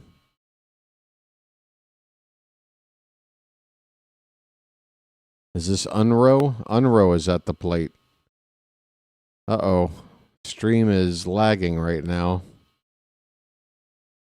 Stream is lagging right now, folks. Stand by. The count is 3-0 now. Here comes the pitch. That's not close. Wow. Is that 8 straight out of the zone from Josh Walker? Let him face his third batter and get him the hell out of here. I've seen everything I need to see from this guy. 8 straight out of the zone to put 2 men on for free, nobody out, in a tie ball game.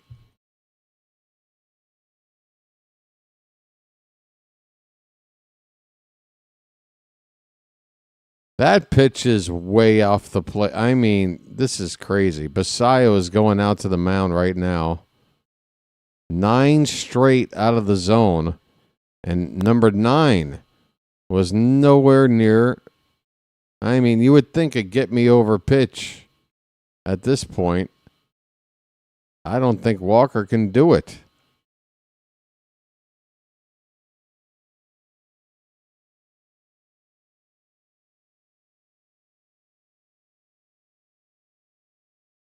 The batter with a big grin on his face, almost like he knows he's either going to get a free pass or he's going to get a meatball to hit.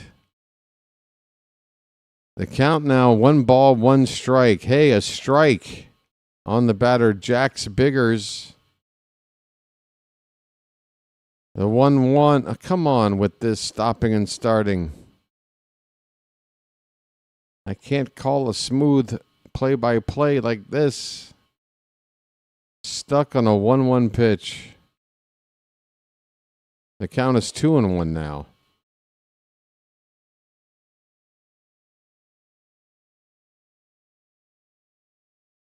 Two balls, 1 strike. First and second, 2 down. The pitch. That's strike 2. 1 more strike to get out of the jam.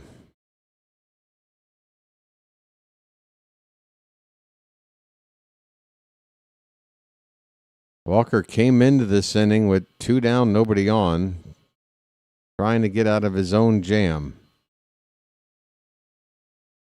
2 balls, 2 strikes. And Biggers strikes out.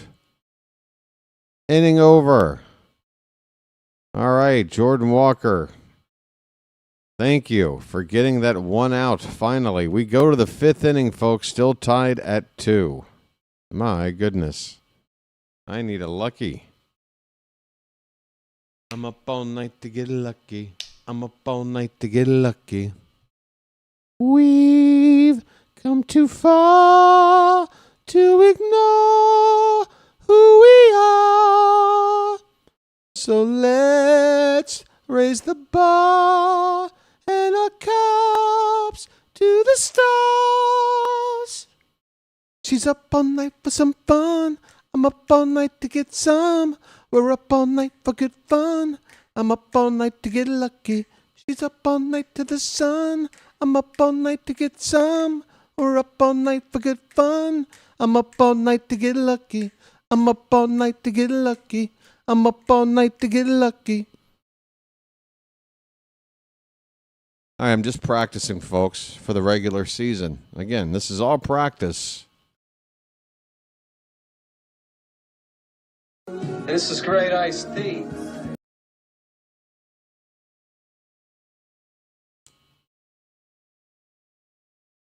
I think this busy schedule is turning me into a bit of a chain smoker, folks.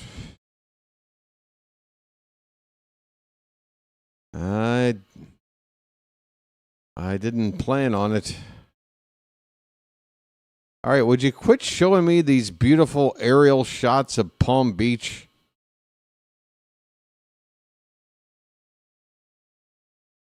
This place looks like the village from the Truman Show. Looks fake.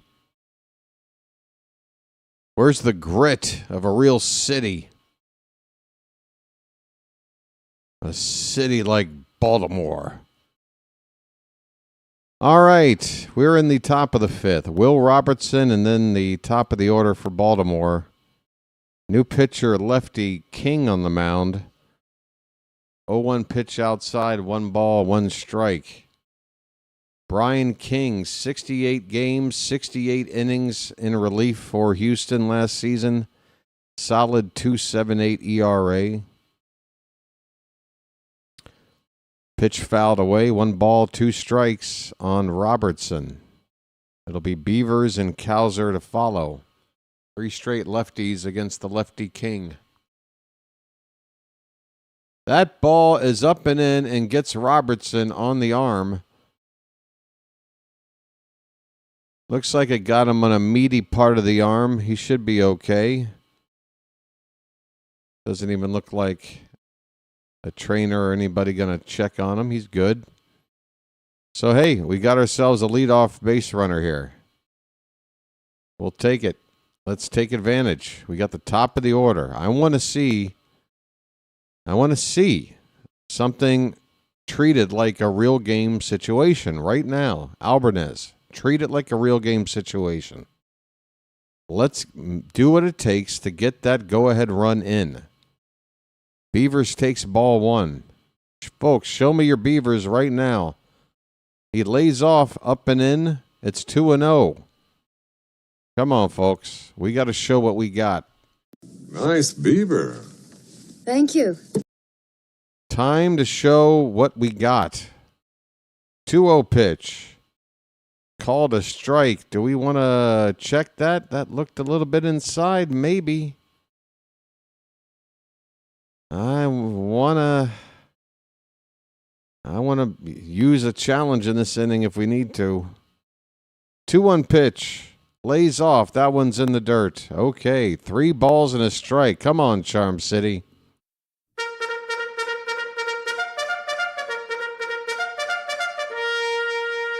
BW smells a rally. Despite the fact the lefty in the game has got a bunch of lefties to face. We got a runner at first, a 3-1 on Beavers. Called strike 2. That one again on the inside edge. Full count.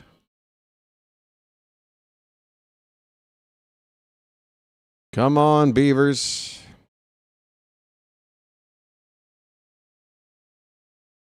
Here is the 3-2 pitch. Taken right in there for strike 3. That's the... Oh, my God. Come on, Beavers. I understand those other 2 strikes, they were borderline, but man, with 2 strikes on you, you got to protect. You can't look at a pitch like that. 1 away. Here's Cowser. Cowser fouls one off. It's 0-1. Well, not a good result there from Beavers. Gotta swing at that, man. I understand if it was some kind of pitch that started off the plate, but it was in the zone all the way home. Hauser looks at a called strike 2.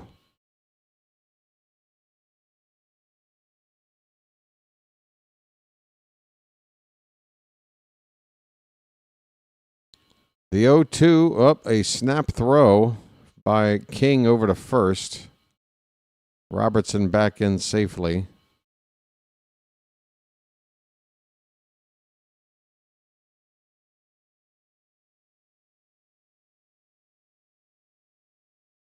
The 0-2 is hit in the air to left. Is it going to carry? It's going back to the track. It's over the glove of the left fielder, Loperfido. Robertson, he's going to get stopped at third base. There's 1 out in the inning and a wise move. Cowser has himself a 1-out double. Second and third with 1 out. The Orioles are knocking on the door. Splash it up. Splish, splash, I was taking a bath. Come on. The milkman delivers. I need to refresh my stuff, it looks like. Here is Basayo. Come on, man. First pitch, cut on and missed by Sammy. Come on, Sammy. Again, I want to treat this like it's the real deal. You got second and third with 1 out. A chance to take the lead. The infield is in. The pitch. Check swing. Did he go? Don't tell me he did. Please don't tell me he went. He went. It's 0-2. Come on, Sammy. Come on, dude. Sammy. It's just about contact, man. You don't have to crush it. Pitch. Upstairs. 1 ball, 2 strikes. That infield is in, Sammy. Just make contact. Second and third, one out. The 1-2 pitch. Oh, my, that was close. Called ball 2. Ooh, and Houston's not going to challenge. I guess it's outside. Okay. 2-2 pitch. That's far outside. Full count, folks. Here we go.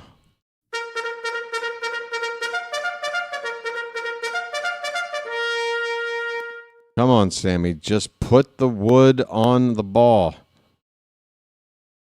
The pitch. Swing and a miss. God damn it. Damn it. Gotta be kidding me, man. Come on. Make contact. 2 batters go down with a strike 3 right down the middle. Good grief. Here's Brian Ramos. He looks at a strike.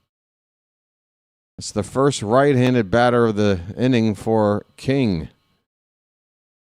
Ramos 1 for 2 with a single. He scored a run on the Mayo home run. Swing and a miss. It's 0-2. You got to be kidding me.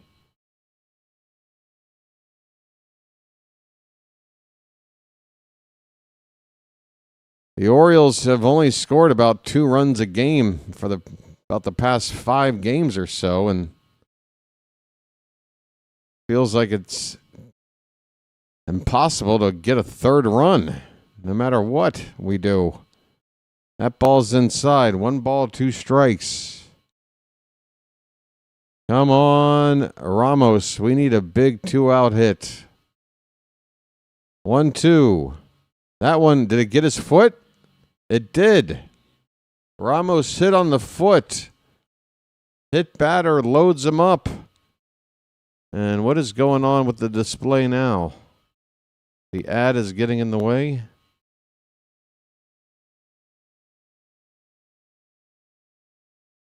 There's going to be a mound meeting here for Houston. We've got the bases loaded, 2 down, trying to cash in.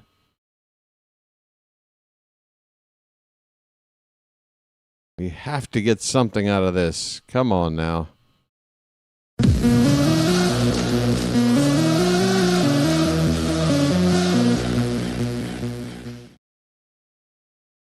Mound meeting for Houston. Houston, I hope you have a problem. And that problem is Kobe Mayo. Folks, we've got the right guy up right now, don't we? Mayo facing a lefty. He's on fire. The bases are loaded. Let's go.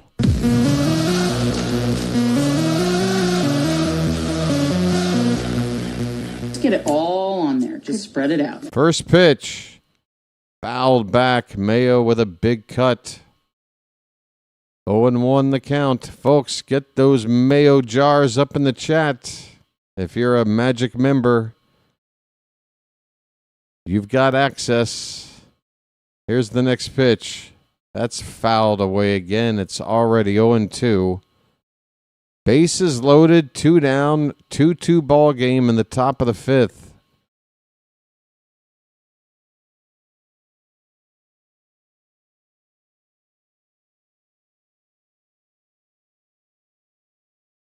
Can we break through? Mayo asks for time.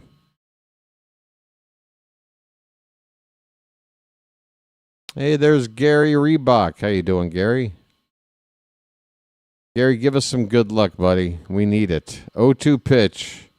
That's a line drive. And that's a base hit in the left field. That's going to score a pair. Kobe Mayo delivers. Oh, that ball was smoked on the line. He was not fooled at all. 2-run score. The Orioles lead it 4-2. Good luck, Gary shows up and pays off. It's magic, you know. It's magic. On a magic carpet ride. On a magic carpet ride. Folks, You believe in magic.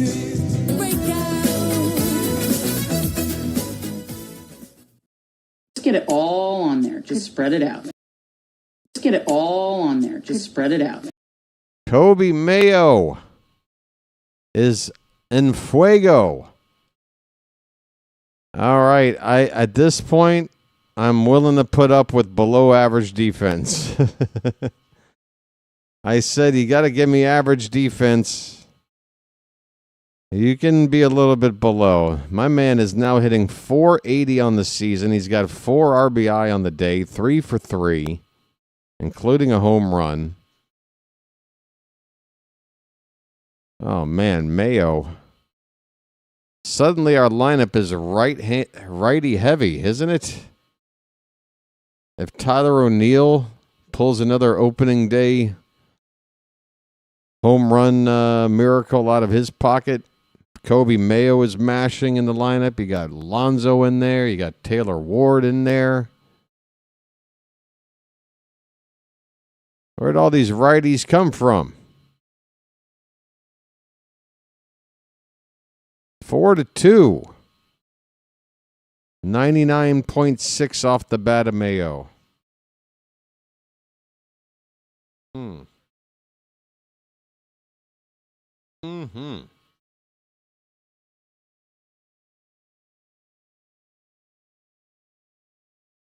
Good stuff. So a pitching change. King coming out of the game now. Munoz, the new pitcher. King gave up 2 hits and 2 runs. He's also got a couple of base runners out there, his responsibility.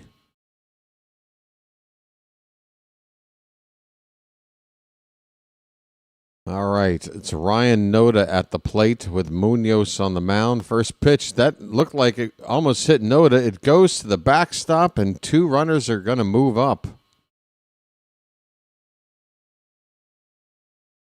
So Rodri Munoz, who was with the Cardinals AAA affiliate last season, 38 appearances, 3.28 ERA.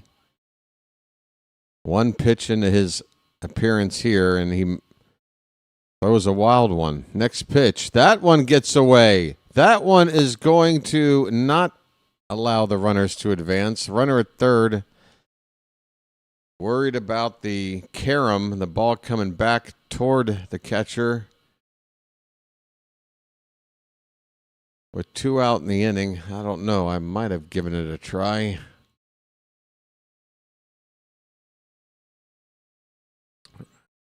The count is 2-0, and if I'm Noda, I'm not going to swing at anything but a straight one right down the middle. And he got one of those, but he took it. Strike 1. 4-seamer at 94 miles an hour from Munoz. 2 balls, 1 strike. The pitch. Swing and a miss. Second and third, 2 runs are in already for Baltimore.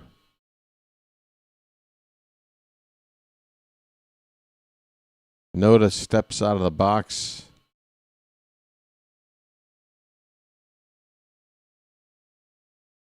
He's back in.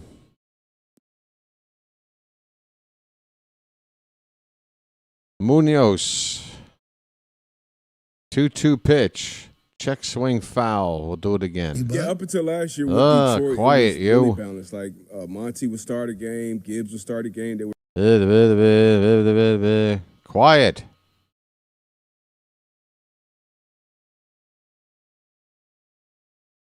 Two pitch to Noda.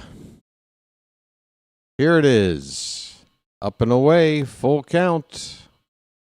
Bugle time. Charm City.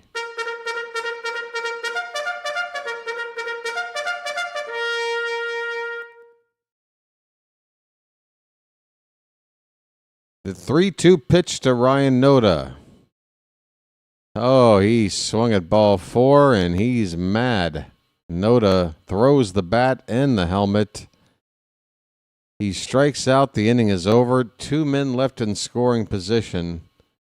But we did finally come through and get a big hit in an inning that almost looked like a nightmare and a squandered opportunity. Kobe Mayo delivers when nobody else could. The 2-out, 2-run RBI knock to give the Orioles a 4-2 lead. We're halfway through. And yeah, I'm going to step away for a minute, get up and move around a little bit. All right, folks, hit that like button, please, and subscribe. Oh, the sub count has hit 3720. How about that? Whoops, wrong button. Welcome in, new subscribers. The next milestone, 3730. 37? Listen to me. I need a break. And I want to thank you very much for that. I really do. And I want to thank you very much for that. I really do. Hey, everybody, we're all going to get laid.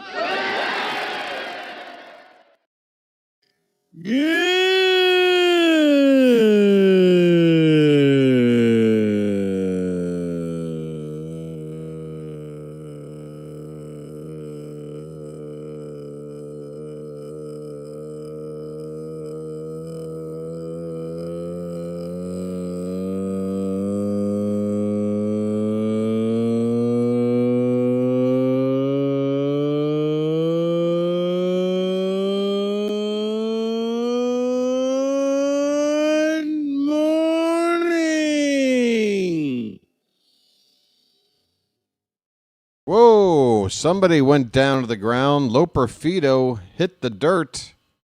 He hit the deck on the first pitch here. Walker still on the mound. That pitch up and in. Loper Fido goes to the ground. Walker very wild in his appearance here today.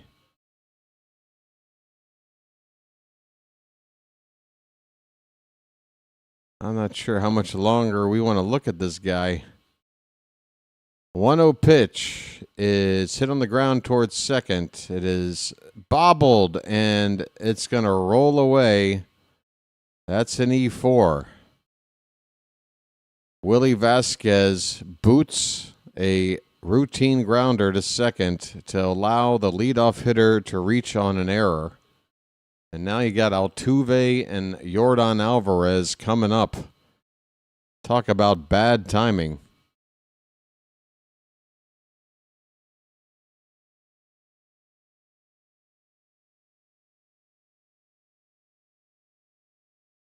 Talk about bad timing.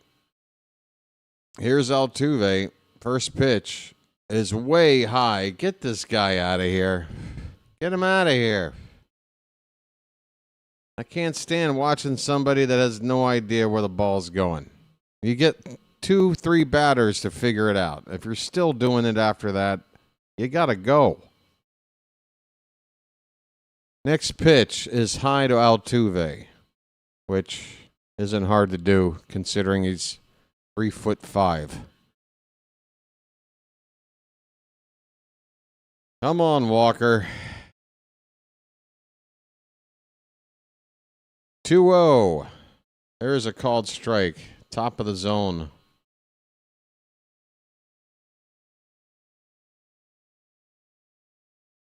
Yeah. What's up, Doc? Oh, Dr. Delay. Hey, Doc, how you doing? 2-1 pitch. That's in there. Okay. Okay. We're back in the count. It's 2-2. Going pretty good, Doc. Day games of spring training, night games of World Baseball Classic. Pulling double headers here as an old man. It's not easy. How you kids do it, I don't know. JJ's gone crazy. I wake up, he's calling a game in Japan. I go to bed, he's calling a game in Puerto Rico. He's just day and night. JJ. I don't know how he does it. Busy time for play-by-play. We got a full count here on Altuve, folks. Runner at first, nobody out. And the payoff pitch. Hit on the ground, foul. We'll do it again.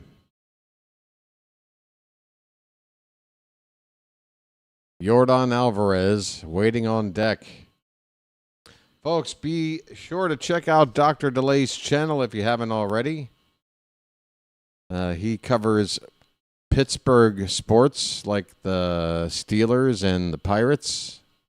But he does more than that.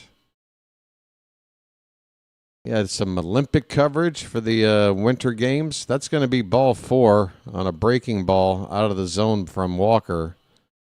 So, trouble a brewing here. The Orioles took a 4-2 lead, but it's in danger.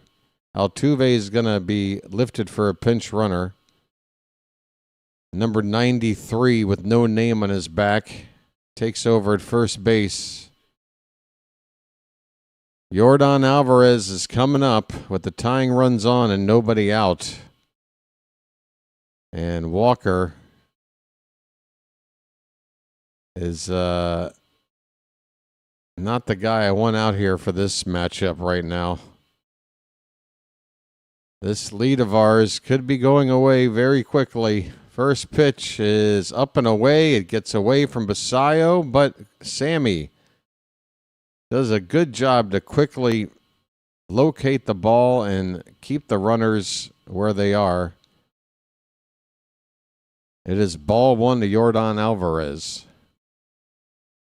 Yeah, so Dr. DeLay's channel, folks, do check it out. Type in Dr. DeLay in the YouTube search or click on his name. And if you got the option to go to channel, do it. Sub it up. Swing and a miss. Walker gets a whiff out of Alvarez. The count is a ball and a strike. There's another pinch runner on at second. He's wearing number 99. That pitch is high to Yordan. 2-1 the count.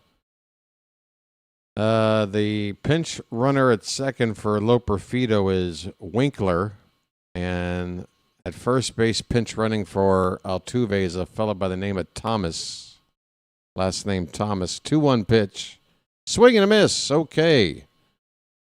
Got a curveball in there. Walker needed to show some kind of secondary pitch. That worked. Now what do you do on 2-2? Other than close your eyes and say a prayer. Pitch. Another curveball drops in there, called strike 3. Hey, where'd that come from? Hey. Well, y'all come back now, you hear? Wow. That came out of nowhere. Back-to-back breaking balls, and Alvarez is frozen. First and second, nobody out. One of the most powerful bats in all the game. It just felt like, this house of cards was going to come down. And they're going to take Walker out of the game after that strikeout. Okay. 1 out in the inning. First and second for Houston. And Magno is going to come in to relieve Walker. Andrew Magno, who I've seen pitch at least once this spring. He's pretty far down in the system. But he's going to come into a tough situation here. 1 out, tying runs on base for Houston. He's going to have to go after the veteran Christian Walker. So, should be a righty versus righty matchup. Folks, we're up to 35 likes. We've got about 40 people here, so more people than likes. That tells me that I'm not wasting my time if I just ask you folks, if you don't mind, to please tap that thumbs up at the bottom of your screen. We're in a commercial break. We got a minute, and you don't even need a minute to tap that thumbs up. You need approximately, depending on what appendage you use, somewhere between 0.3 to 1.6 seconds. It's very, very little time. It's just a blink of an eye, a snap of the finger, a flick of the wrist. What the hell am I talking about? I don't know. I'm just trying to talk my way to 40 likes. How's it going over here on the vertical side? Let me let old man BW try to take a closer look. Lenny Burns is over there saying, let's go Orioles from Ocean City, Maryland. How you doing, Lenny? What's the weather out there in Ocean City, if you're still with us? Hey, Magno's into the game now. He played in Double-A in 42 appearances, mostly in relief. Here's a pitch. It's outside. It's 2-0 on Christian Walker. First and second, one out for Houston. Baltimore had 4-2 in the bottom of the fifth. Houston threatening here. Next pitch, low and in, 3-0. So in the chat, in the vertical chat, two guys that Michael said hello to. One was named Lenny and one was named Carl. Folks, if you know what show that references by sheer accident, you're going to have to tell me in the chat. That pitch appears to have hit the batter. Magno comes into the game and hits a batter to load him up with only one out. Cam Smith is coming up now. That pushes the tying run to second base. We need a double play ball. We need a strikeout. We need something. First pitch to Smith. Can't get the call on a slider. Ball one. Folks, Lenny and Carl. Lenny and Carl both getting shouted out in the vertical chat. There's a slider. That's in there. I count as a ball and a strike. Come on, folks. This show's only been on the air now for like 35 years. Lenny and Carl, hello. 1-1 pitch. Swung on and just got a piece of that one. Fouled behind the plate. Strike two on Cam Smith. Come on, Magno.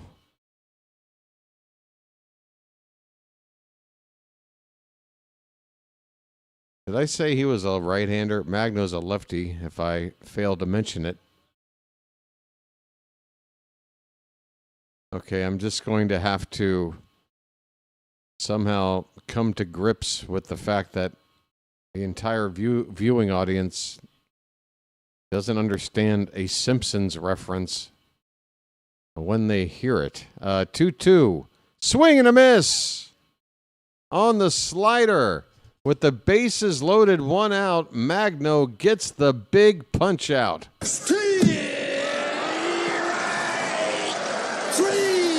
Well, y'all come back now, you hear? Well, y'all come back now, you hear? I mean, folks, the lack of Simpsons knowledge collectively in this chat is stunning. It's shocking. I thought it was kind of fascinating that two random people in the chat named Lenny and Carl were both acknowledged at the same time. But I guess I'm the only guy. 1-1 the count on Yainer Diaz. 2 down, bases loaded for Houston. The Orioles trying to get out of this tight spot. 1-1 pitch. Reached for. Into right field. It's going to hang up there for Cowser. He makes the catch. And the Orioles Get out of trouble. Boy, I tell you, both teams had a chance for big innings at the plate in their most recent trips up there to hit. The Orioles nearly came away with nothing. It was Mayo with the big hit to get 2 runs in. Houston wasted an opportunity here when they had certainly at least 1 run, you would think, coming their way. They come away with nothing. They come away with nothing, folks. We go to the 6th inning. The Orioles lead at 4-2. Oh, Phantom acknowledged it on the vertical side. Okay. Oh, Mo serving up drinks in here. Okay. Is there Amanda Hug and Kiss in here? Guys, listen, please. I'm looking for Amanda Hug and Kiss.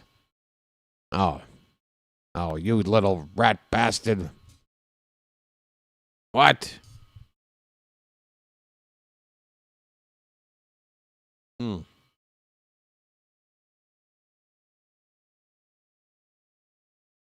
Now, I haven't watched The Simpsons now in probably about 22 years or so, but come on, people. Lenny and Carl.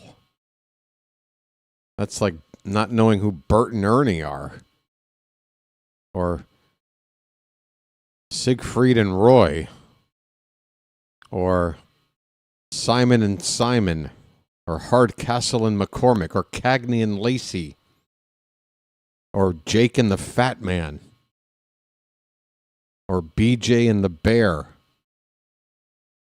Or Jen and the Holograms. All right, I'll shut up. Munoz is still on the mound here for the Astros. He got the final out in the 5th inning.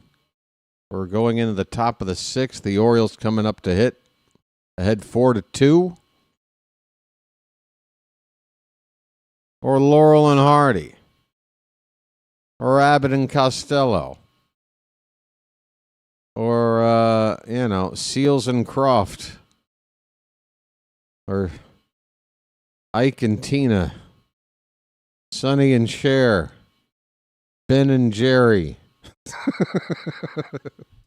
I could go on. This ball's fouled away by Jose Barrero. We have the bottom of the order due up here for Baltimore in the top of the 6th. Barrero, Vasquez, and Robertson. Who is on first? Pitch. Outside. 1 ball, 2 strikes. You have no idea about any of the 2 name pairings that I've just rattled off? None of them?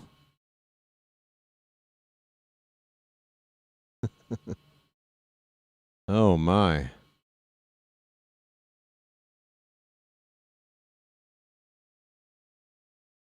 Two balls, 2 strikes. Pitch. Swing and a miss. That fastball blown past Barrero at 90. Is that 8 or 6? My vision stinks. 0. That's... I don't know if that's supposed to be impressive or absolutely sad. I'm not sure, man. There's a lot of famous pairing. Sonny and Cher doesn't ring a bell? Really? Okay. Abbott and Costello. You've never heard Who's on First? Yeah, that's what it kind of feels like, doesn't it, Phantom? There's nothing worse than feigning ignorance about something in order to make someone else feel old.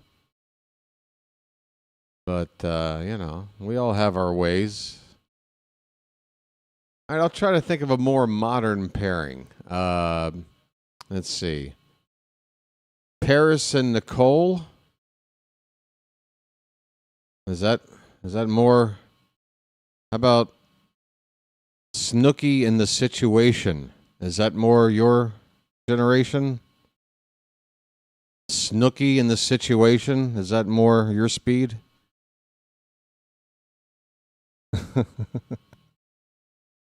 1-2 pitches, low and away, 2 balls and 2 strikes. Who else?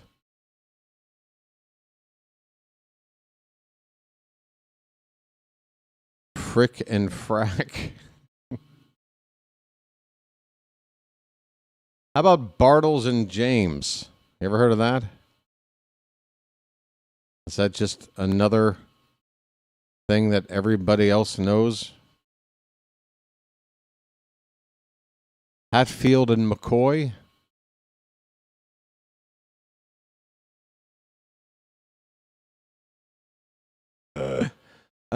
There are 2 down in the inning. Will Robertson is up to hit. He looks at a called strike. Willie Vasquez made the second out by striking out. It wasn't worth telling you about, really. Robertson's gotten on base a couple of times, a single, a hit by a pitch. He scored a run. 0-1 pitch is way outside. 1 ball, 1 strike. No idea. Have you ever heard of 2 people with the word "and" in between their names? Have you ever heard of a partnership of any kind? You never heard of Ben and Jerry? I mentioned that. You don't know what Ben and Jerry's is. You've never heard of the ice cream. Ben and Jerry's. You got to be kidding me, dude. What planet are you on? You have to be screwing with me. Batman and Robin. Okay. All right. Hey, Delay. I hate to break it to you, buddy, but if I ever get a chance to go on Family Feud, I'm not going to have you on my team. Survey says, that's a strike. I've heard of the all right, well, that was mentioned earlier. You said you hadn't heard of any of them.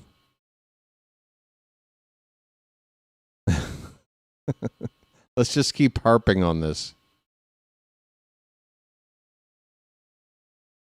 We're in a commercial break going into the bottom of the 6th. The Orioles have a 4-2 lead.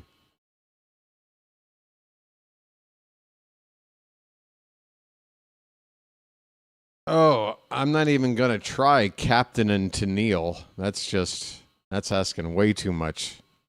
Captain and Tennille is just, that's a deep cut.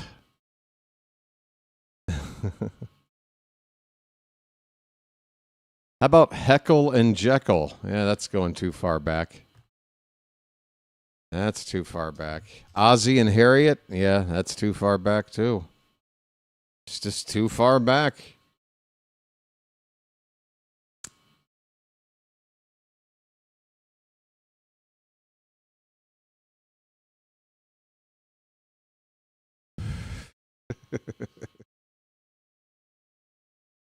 Doc and Marty? Come on. All right, where are we? We got a new pitcher? No, Magno's still out here as we begin the bottom of the 6th. First pitch is low for ball 1 to Bryce Matthews. The Orioles lead at 4-2. The Astros took a 2-0 lead in the first inning.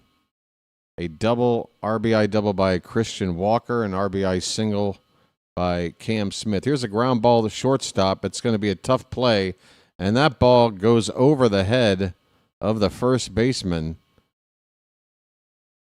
Is that the 3rd error of the day for Baltimore? We've got changes here on defense, plenty of changes. Griffo Farrell is now at shortstop, and he just threw that ball over the head of the new first baseman, which is Creed Willems. Ethan Anderson now behind the plate in place of Basayo. Brandon Butterworth at third base for Brian Ramos. And Josenberger at second base now for Vasquez, with Magno still on the mound. First pitch from Magno to Unroe. It's the matchup you've all been waiting for, folks. Magno, Unroe. Head-to-head. Riley Unroe 0 for 1 with a walk. Nice breaking ball there. Swung on and missed. 1 ball, 1 strike. Meanwhile, for Houston, again, Winkler in the game for Loperfido. He plays third base. Thomas in for Altuve. He's in left field. And Unroe moved from third base to second base. Pitch in the dirt, 2-1 the count. How did that go out already? How did that already go out? I just took a drag like 15 seconds ago. I've switched to these little skinny cigarettes now. I'm trying to go with the diet cigarette, if you will. But boy, they go out quick. 2-1 the count on Unroe. Make it 3-1. Simon and Garfunkel. Tom and Jerry. Rocky and Bullwinkle. Yeah, don't even bother. Dr. DeLay has no idea. This ball is crushed. It's going to get down for a hit in the gap in left center field. Going all the way to third base is the lead runner who's pinch running. I don't know who's who at this point, folks. Nelson, the pinch runner for Bryce Matthews, makes it to third base. And Unroe delivers a double. Or is that, I'm sorry, it's a single. It's a long single, allowing the pinch runner to go first to third. There's nobody out in the inning. Whitaker now pinch running for Unroe at first. Try to keep up with all this, folks. There's going to be a test later.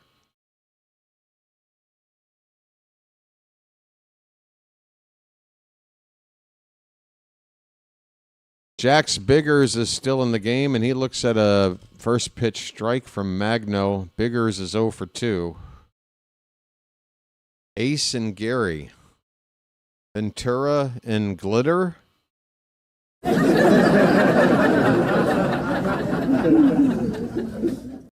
Freely and Sheffield. Am I close?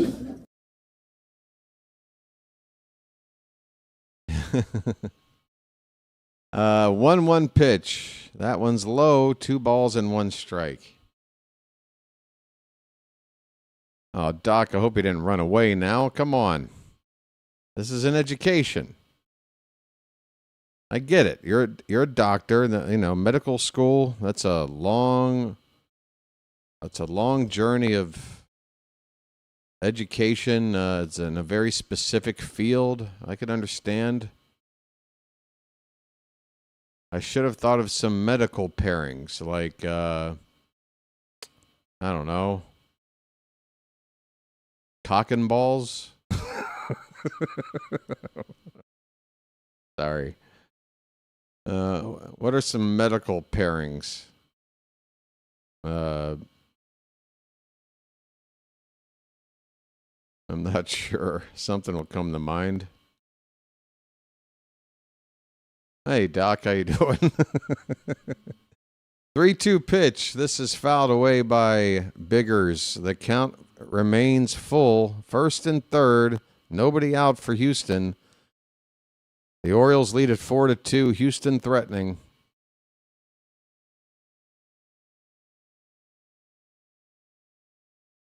Here comes another payoff pitch. Oh, up and in, and it hits the batter on the back. You got to be kidding me. Bases loaded now with nobody out. Our fringe low-level pitchers here late in the game are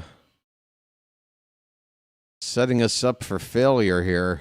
We got bases loaded, nobody out. Well, Houston does. But we gotta deal with it.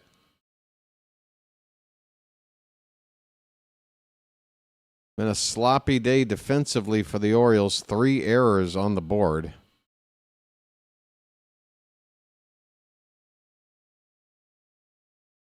All right, so Batman and Robin. That one you got. So let me think. That one is in your wheelhouse. Then here's a curveball, a little bit outside. Come on. We're behind on Winkler. Winkler at the plate. Ball 1 to him. First plate appearance, I believe, today after coming in as a pinch runner. Line drive, base hit down the left field line all the way to the foul pole. And did we dig it out of the corner? I mean, how many runs are going to score here? The bases have been cleared. It's a 3-run double. Oh, no. Winkler clears the bases with a 3-run double down the left field line, and the Astros have taken the lead 5-4. My goodness. Big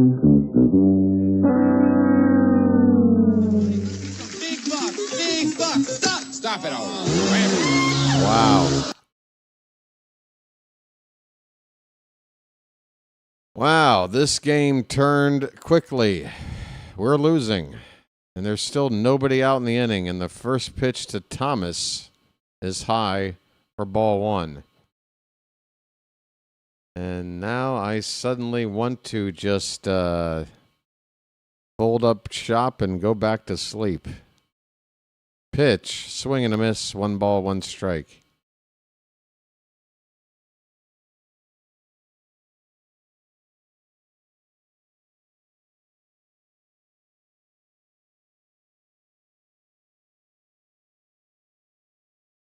The guy behind Triumph the Insult Comic Dog is named Robert Smigel, who is one of the funniest guys behind the scenes for the last 30 years as a writer for the most part. 1-2 pitch is a breaking ball inside. 2-2 on Thomas.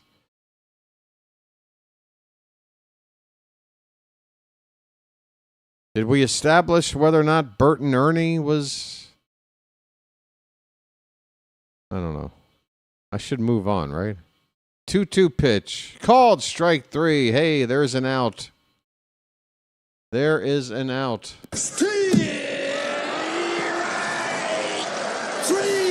Well, y'all come back now, you hear? Yay! An out. And that will be the final batter for Magno. He's coming out of the game. 1 out in the inning, called to the bullpen.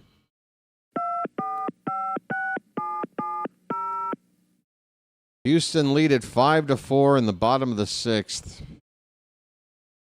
They have scored 3 runs so far in the inning. The guy from It's a Wonderful Life? Oh, well, Bert and Ernie. Yeah, the original Bert and Ernie, yeah. It's always funny when I love watching reaction videos to movies, and every Christmas I love watching people react to It's a Wonderful Life because, you know, there's a lot of kind of, you know, I mean, obviously the end of the movie when everybody comes in with a pile of money and save George. And it's just a big old happy ending and everybody gets all teary-eyed. But yeah, every time it gets to that part of the movie where Jimmy Stewart is like, "Hey, Bert, hey, Ernie, don't you remember me? Come on. Hey, Bert, hey, Ernie." And then everybody reacting goes, "Oh, Bert and Ernie, like Sesame Street." Like everybody has the exact same reaction. One other piece of breaking news. Yep, that's where that came from. Is going to Connor's Patriots. Wow. There we go. Would you shut up? So the former Packers wide receiver. Shut up. Had a choice. Stop talking. Hey, you.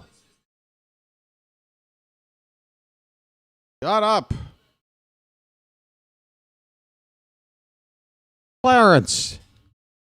Get me back to my wife and kids. I want to go home.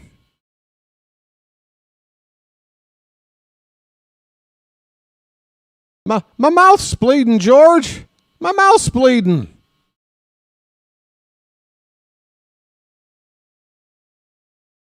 All right, we got a new pitcher in for Magno. It's Rivera, a right-hander, and he's facing a batter by the name of Garcia. We're just going with last names at this point, folks. Runner at second, one down. The pitch is inside, 2-0.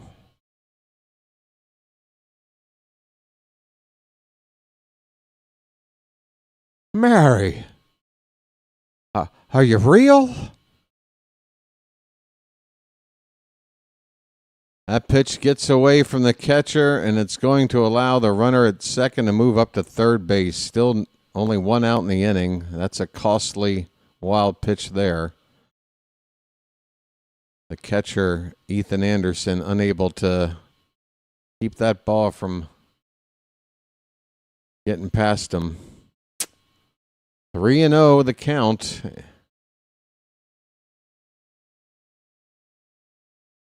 Pitch. Ball 4. Garcia walks on 4 pitches. New pitcher and a 4-pitch walk. Yay. $20,000. I'm going to jail. Isn't it wonderful? I'm going to jail. Isn't it great?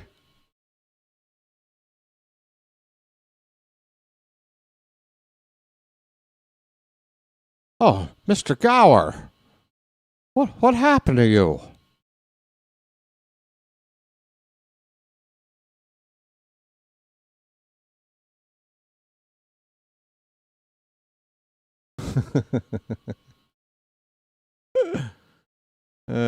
Jimmy Stewart, man.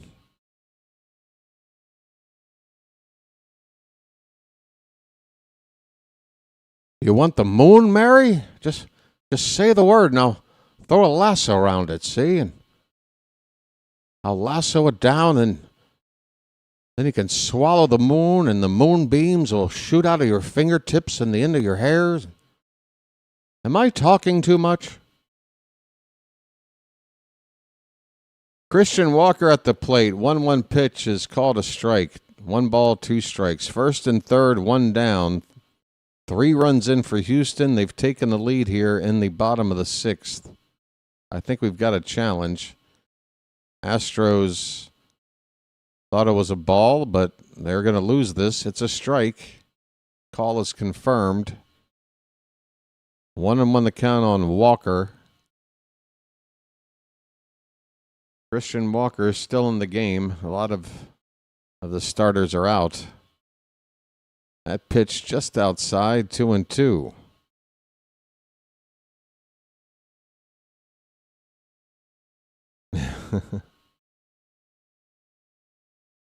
Oh, is that old Sam Wainwright on the phone? Hee-haw.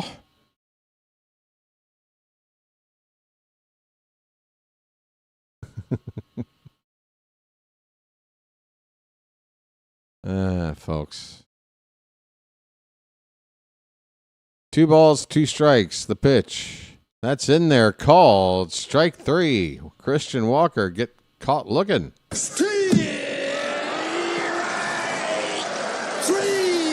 Well, y'all come back now, you hear? That's right, Michael.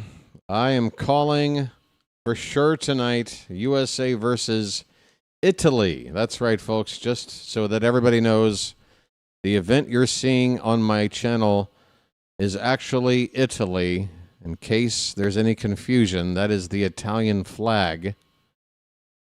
You might see it on a can of Chef Boyardee or a can of Parmesan cheese.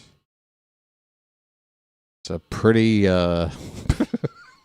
a pretty well-known flag of a pretty well-known country.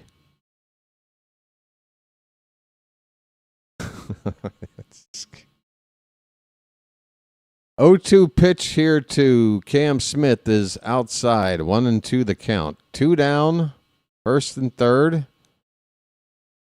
If we can put the Flames out right here. We're just down by a run with 3 innings to go. Here's a check swing. Did he go? No. 2-2 on Cam Smith. Pool B is on the line. Well, Gunnar better start, I tell you that. Here's a ball hitting the center field. Backing up. Still backing up. That ball is off the wall. And over the wall? Did it bounce over? I thought that hit the... Yeah, that's a ground rule double. It's a ground rule double on a ball hit the deep center field, bouncing over the wall. Cam Smith has just made it 6-4 with an RBI double. That ball hit over 400 feet to dead center. It's 406 out there. And it hit... I don't know how that bounced over the wall. The angle, how in the world did it bounce over? I mean, it hit right at the wall, but somehow bounced over. So actually, that kind of bailed us out for the time being because there was a runner at first that would have scored there, right? At second and third with 2 down, 6-4 the score. We may have caught a break there.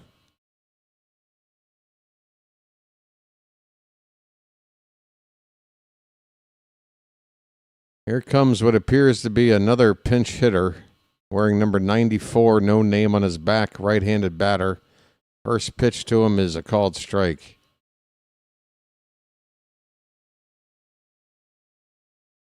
Are there any notable Italians? Let me think. That pitch is low and away. Let's see. Is Mickey Morandini still playing? What about Archie Cianfrocco?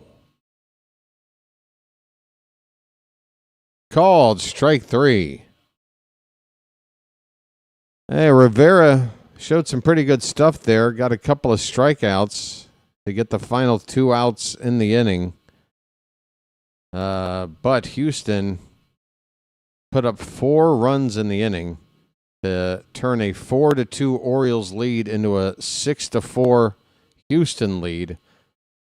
Both teams on 6 hits. The Orioles have made 3 errors. We go to the 7th. It's 6-4 Astros.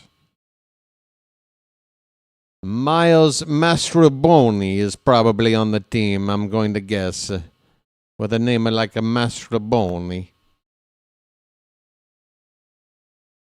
I don't know. Is this a culturally insensitive? I have Italian in my blood, so I think it's okay. As long as I got some in my blood. It's a bad impression. Oh, geez. Let's see. What is there? Team Italy. Yeah, World Baseball Classic. They got Sammy Aldegheri. They've got Dan Altavia, Dylan DeLucia. They got Matt Festa. They got Vinny Pasquantino. Let's see. Hey, what's the matter, you? Hey, what do you gotta say? Hey.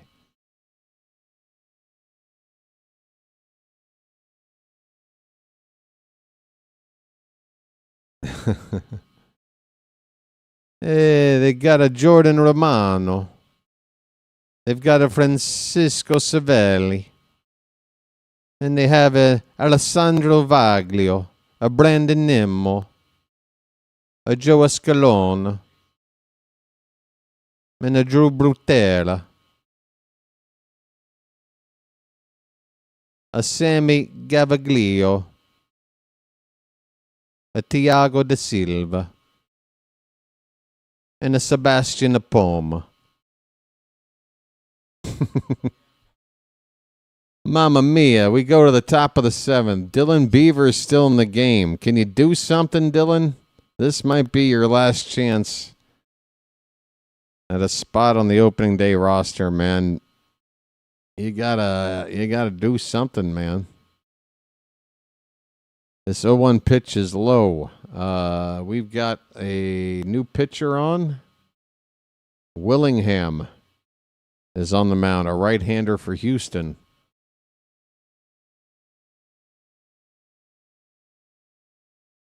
The 1-1 is high. Folks, don't get lazy on me. Show me your beavers. Nice beaver.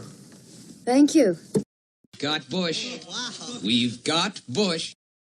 2-1 pitch is lifted foul left side. Out of play.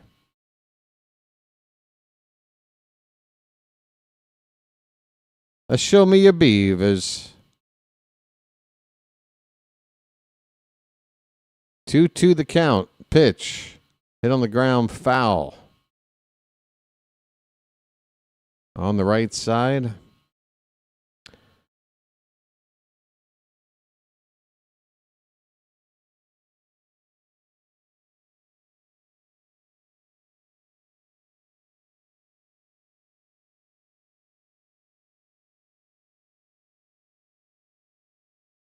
Willingham from the belt, another 2-2. That is a little bit low. Good job by Beavers to lay off that changeup. It had the zone until the last moment. It dipped below.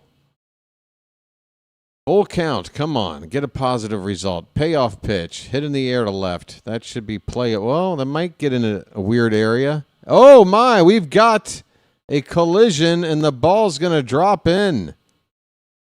The shortstop going out on an angle. The left fielder coming in. Jax Biggers and somebody. And that could have been dangerous. Two guys going to ground. The ball dropping in between them. Beavers winds up at second base. Actually, that's the third baseman. Excuse me, the third baseman and the left fielder colliding. The shortstop was not too far away.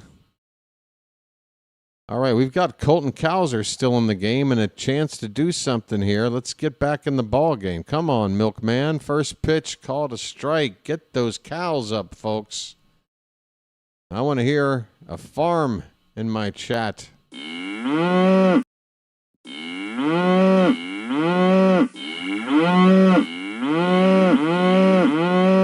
The 0-1.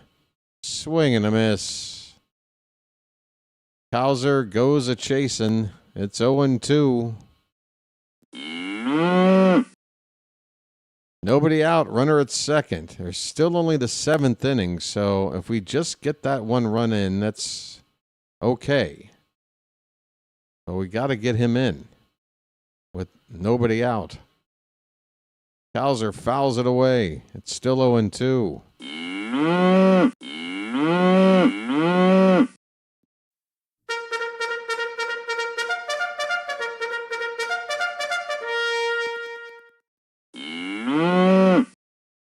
O2 pitch in the dirt. 1 ball, 2 strikes. One more time.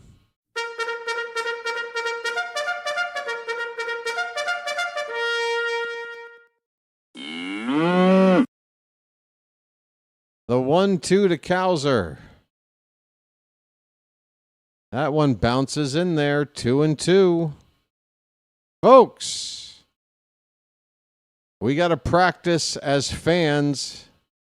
It's our spring training as well. Come on, get hyped.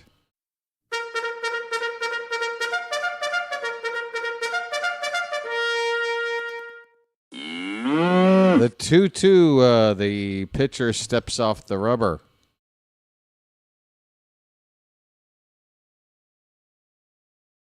Cowser. Come on, buddy. Crank one. The pitch. Swing and a miss. Damn. Cowser. Just too many strikeouts, man. And again, nobody out, runner at second. Just make some contact, please.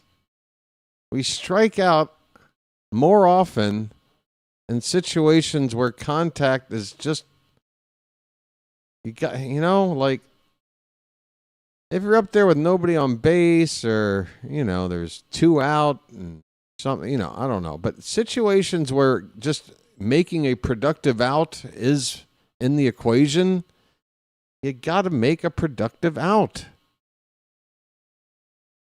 I can't preach it enough, folks. You got to do better than that. As a team, as an individual, we got to do better. By the way, Vance Honeycutt came in to pinch run for Dylan Beavers. He's at second base. Ethan Anderson at the plate right now. He's got a count of 3-0. There's still only one out, so hang in there. Maybe we can get something going here. Creed Willems on deck. 3-0. That is low for ball four, so there you go. That's the tying run on for free. Creed Willems is coming up to hit. This game is really dragged on. Well, guess what, Null? If you were watching this game with anybody else but me, you would have fallen asleep by now.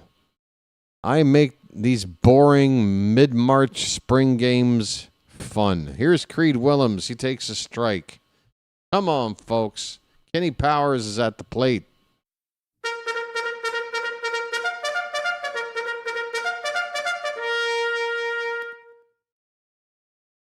Oh, and he's a big enough boy. He can do something. Pitch is low, 1 ball, 1 strike. He's a big boy.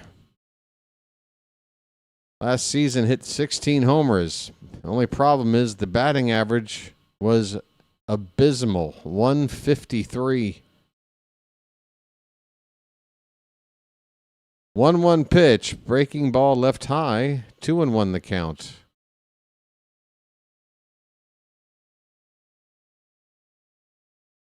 Come on, Kenny. Let's get eastbound and down. 2-1 from Willingham is fouled away, 2-2. First and second for the Orioles with 1 out. They're down by 2. They were ahead by 2 just an inning ago, which feels like about 2 hours ago. 2-2 pitch. That's straight down for ball 3. We've got a full count.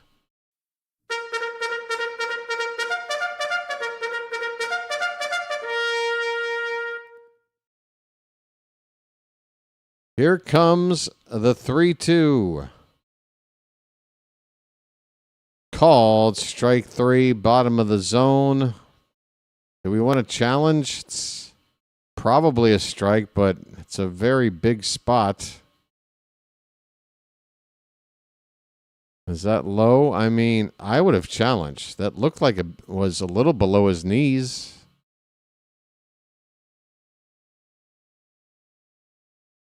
Oh well, 2 down in the inning. Kobe Mayo is up next. Please don't pinch hit for him. Please don't pinch hit for Kobe Mayo. Please, please, please don't pinch hit for the DH Kobe Mayo. He is 3 for 3 with a home run and 4 driven in on the day, and he's got 2 ducks on the pond right now. Folks, we might have a big day for Mayo. Let's get it all on there. Just spread it out. There's a mound meeting that's just now getting broken up. It does look like Mayo's getting another chance to hit here late in the game. There he is, folks.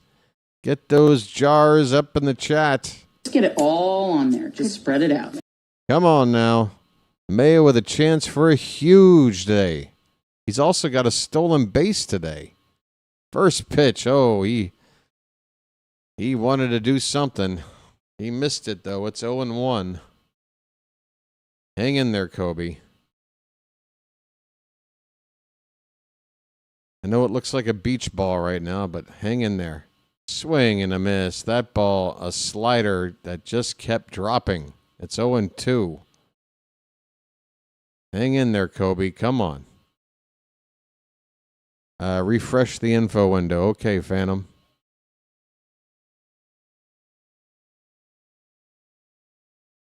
Gonna hang in here for this result first. Come on, Kobe. Show us what you can do on an 0-2 count. That one bounces in there. 1 ball, 2 strikes. Come on, Kobe. Come on, Kobe. Kobe, come on. Come on, Kobe. Kobe, come on. The 1-2 pitch. That one's hit toward the right side. Foul. We'll do it again. And now it's all jumped out of whack. Of course it is. That is whack, yo. That is so whack. The 1-2. Hit in the air. And that's going to get down in the right center field for a base hit. He's done it. 1 run is in. Do we have another? Oh my, just the 1 run. It's 6-5. Kobe Mayo is 4 for 4. And he is out of the game for a pinch runner. What a day for Mayo.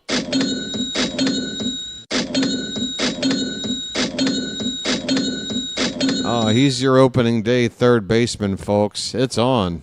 It's magic, you know. It's magic. On a magic carpet ride.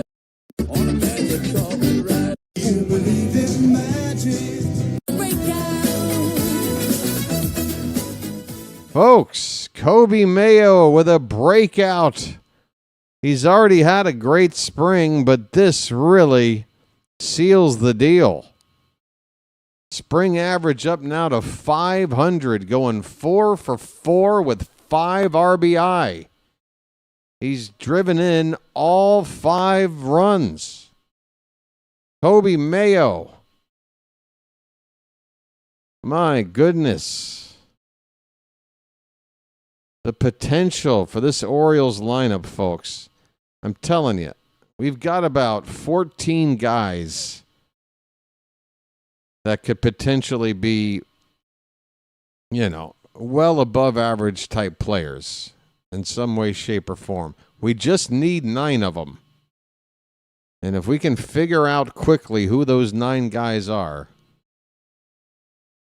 we could have just one of the most sickest lineups in baseball and maybe one of the best lineups this franchise has ever seen. I'm saying it, folks.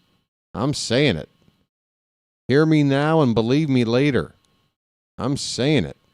There's a chance this team's got a 20 home run hitter batting 9th.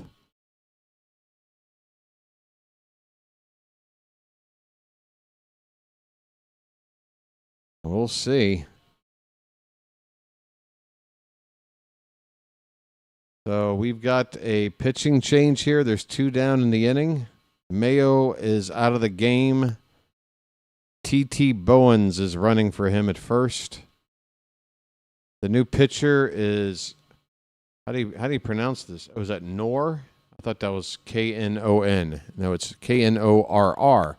Michael Knorr. 46 appearances in the minors last season. First pitch is a strike. Tying run is 90 feet away. There's 2 out. Go-ahead run is at first base for Baltimore. Brandon Butterworth is at the plate. And the 0-1 pitch is low. 1 ball, 1 strike. 6-5 Astros in the top of the 7th. 99-6 lineup vibes, but what's special about it, Phantom, is that 96 team was full of players that were established, veteran, all-star, some of them Hall of Fame bound if it weren't for, that era being that era. Like, this is a group of guys that collectively could just be starting the peaks of their careers for years to come. The potential is just so... Oh, gosh, I just hope we can figure it out. 1-2 the count on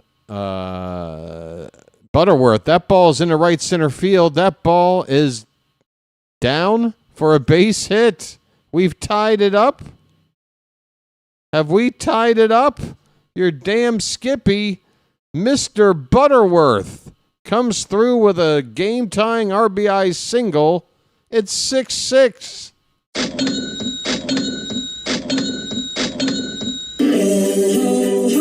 It's magic, you know. It's magic. On a magic carpet ride. On a magic carpet ride. All right. It is Griff O'Farrell's turn. He looks at ball one. First and third, still 2 down. Go-ahead run now 90 feet away. 1-0 pitch. Lifted foul. Out of reach of everybody.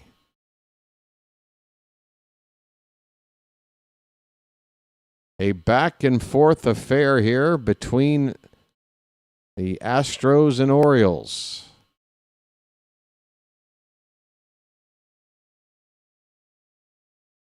Here's a check over to first. Runner back in there. Cakes on the griddle are a little early. Hang in there. I don't want us to end this inning quite yet. Pitch. Fouled back again. 2 strikes on O'Farrell.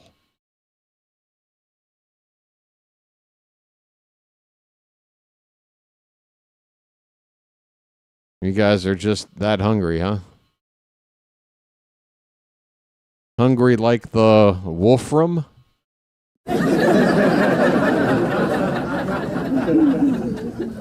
Smell like I sound. I'm lost in a crowd.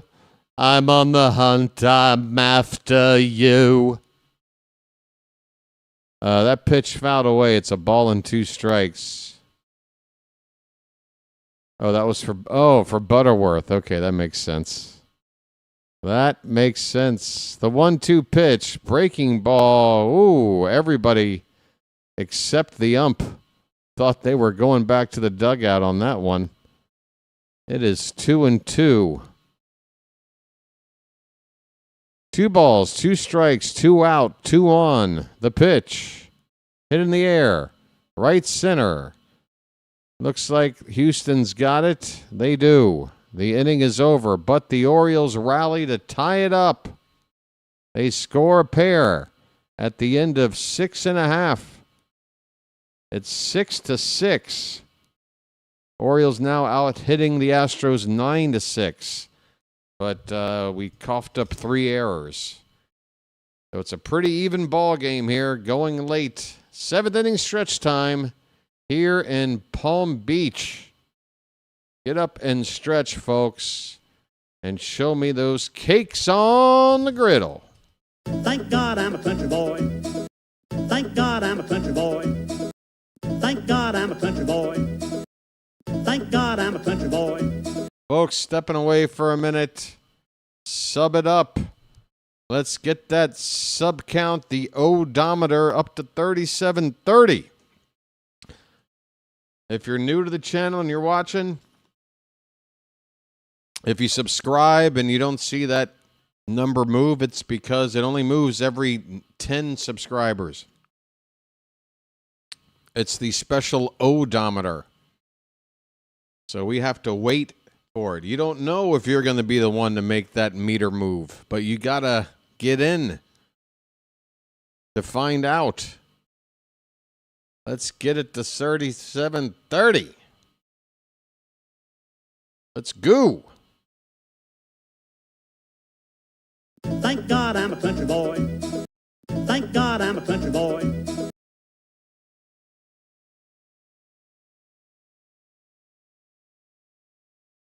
Yes, Noel, that was the implied pun, the odometer. Thank God I'm a country boy. Thank God I'm a country boy. Thank God I'm a country boy. We're on a mission from God. You never heard of Baltimore style? This being Baltimore and all. All right, we're in the bottom of the seventh. Nelson is the batter.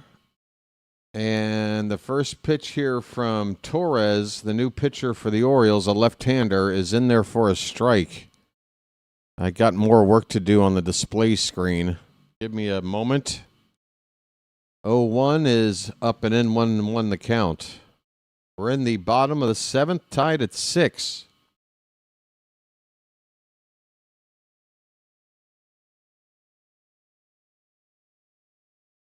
Eric Torres on the mound, 112 career minor league games, ERA just under 4.5. Pitching just under 150 innings in his minor league career. The count is a ball and 2 strikes, and that's a foul ball. Still 1-2.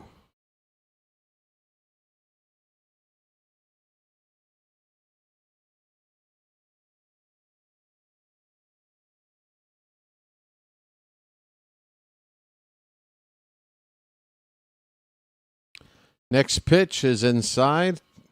2 balls, 2 strikes. Oh boy, is this great!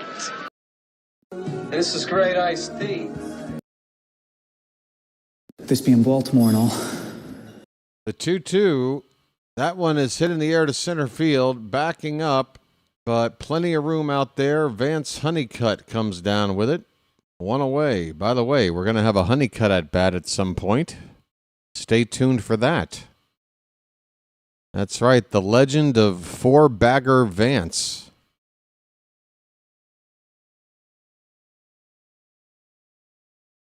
Here is Whitaker at the plate. He takes a first pitch strike.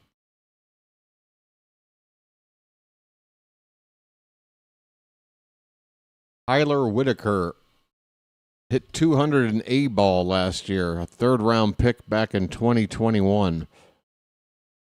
That pitch low, 1 ball, 1 strike. I thank God I'm a country boy. 1-1 is just a bit high. Whoops. What happened to my camera? Oh, I'm on the vertical now. There's the horizontal. 2 balls and a strike. The pitch. That one's line to left. That could be a problem. That is in the corner. And that is a foul ball. Wow. That ball going out of sight from the camera angle we have in that corner there. Could not see where it hit, but it landed on the foul side of the line. Luckily for us, the count is 2-2 on Whitaker. More thumbs up than viewers. That's a reversal. Actually, by the end of most streams, that's how it works. Because not everybody stays the whole game, and then other people then come in, they hit the button. We got a strikeout, second out of the inning here.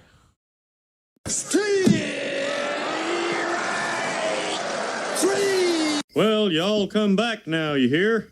It's another at-bat here for Jax Biggers, and he looks at a called strike. He's 0 for 2. He has been hit by a pitch, scored a run. Fouled away, 0-2 the count. 1 more strike will take us to the 8th inning. Yes, sir. Yes, sir. That's my baby. No, sir. I don't mean maybe. Yes, sir. Oh, by the way. Swing and a miss. See you later. This inning's over.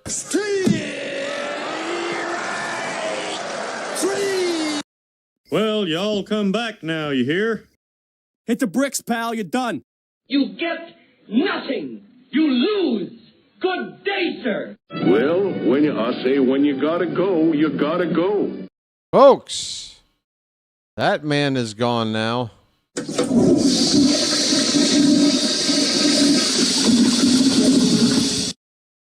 We got a tie ball game. Late. It's spring, but I like a nice late tie ball game. And the Orioles lately have not been scoring a lot. We've put 6 up today. And I want to put up a little bit more. Kobe Mayo, what a day, man. We already know who the player of the game is, regardless of what happens in these final 2 innings. Kobe Mayo, absolutely in fuego. Folks, if you got a fantasy baseball team, if you got a draft coming, try to, if you're in Baltimore, it's probably not going to be a well-kept secret, but if you're not in the Baltimore area, or if you're just in some random online league, you better stash Kobe Mayo late in that draft. That could be a nice payoff for you. You don't have to worry about his defense in the fantasy game. But that bat just might be a steal for you at third base. Will I ever get back into fantasy baseball? Folks, I used to have a career like writing about fantasy sports.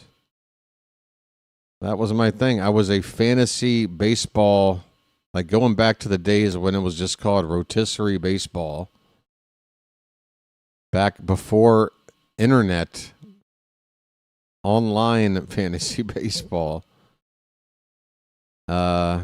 But ever since I got let go from my fantasy Premier League gig, I just haven't played any fantasy sports now for a few years. 2-0 the count on the batter at the plate. This is Josenberger. First time I'm seeing this guy bat for Baltimore in the spring. He's a left-handed hitter. He's in the ball game at second base, and he's got a count of 2 balls and a strike here. Tavian Josenberger. This ball is hit in the air to left, going toward the foul line, and near the foul line in fair territory. The catch is made by the left fielder, Brutcher in left field for Houston. 1 away in the top of the 8th. And Will Robertson still in the game. He started. He gets one more at bat here. He's 1 for 2. First pitch way high and all the way to the backstop. On Point is here. How you doing, On Point? Is it 80 degrees and sunny in Baltimore today? Oh, you got to be feeling extra ready for baseball then, right? But you know how it's going to go. I mean, this is how it goes every year, right? You get a day like today, 80 degrees, beautiful. You're thinking about baseball returning, and come opening day, it's going to be 47 degrees with flurries, 25-mile-an-hour winds. There's going to be a delay of some sort. Everybody's going to have to wear a poncho and a sweater and some mittens.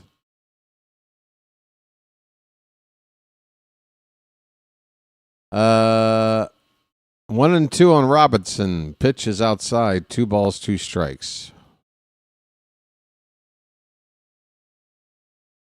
Yes, sir. Yes, sir. That's my baby. Oh, I did that already. Shizzle. On Point.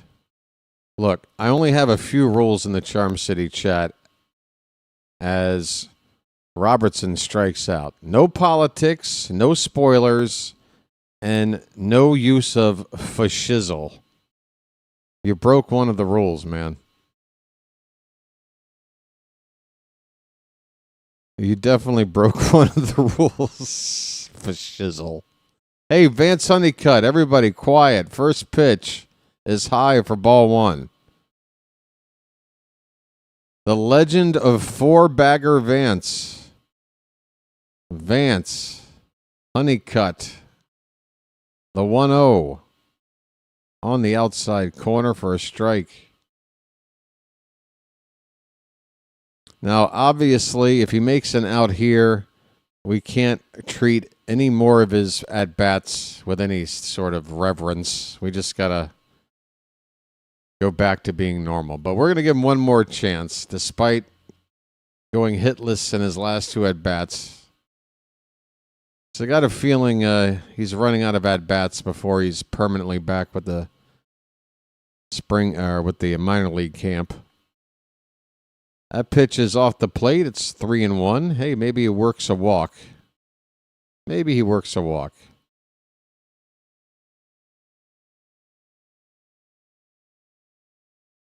Two down, nobody on. The 3-1 to Vance. That ball's hit in the air to right center. Come on, keep carrying, keep carrying. Come on, keep carrying.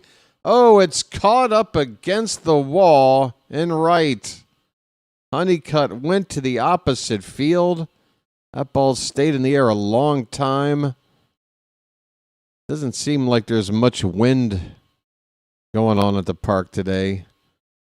I guess that ball just didn't have enough on it. The inning is over. Honeycutt, you're just a mere mortal, my friend. No more of this four-bagger Vance nonsense.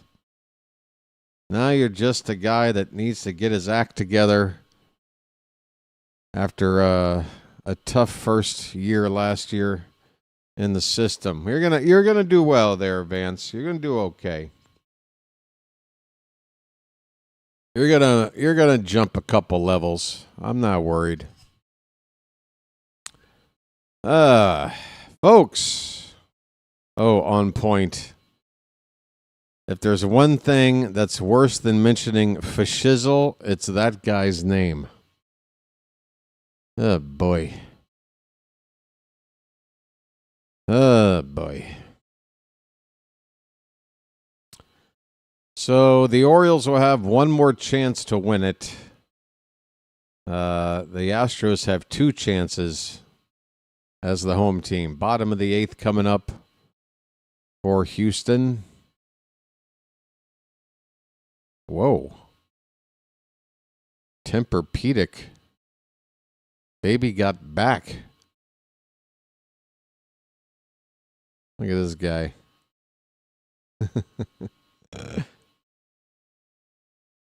You can tell when the people in a commercial like that are the models and then who the actual owner of the company is.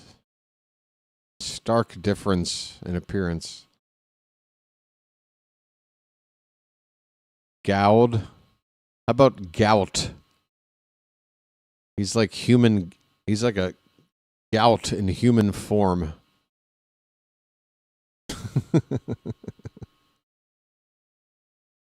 My dad drank a lot of vodka, and he would get the old gout all the time. Swing and a miss. We're in the bottom of the eighth. Let's talk more about my dad's alcoholism.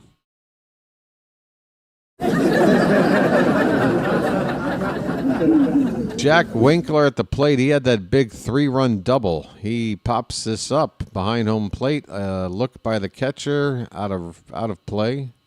0-2 on Winkler. Don't forget, guys, come on back tonight for USA versus Italy. What time, Michael? What time you say?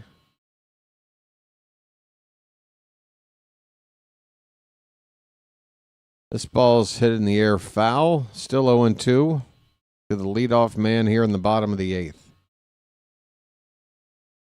There are a lot of players who are in the game that I have not mentioned on the Houston side, even a couple on our own team. And I'm not interested. 9 p.m., but Michael, I go on the air a little bit earlier. What time does my channel start the event. Aha! Aha, aha. 1-2 pitch, swung on and missed. Torres gets a strikeout.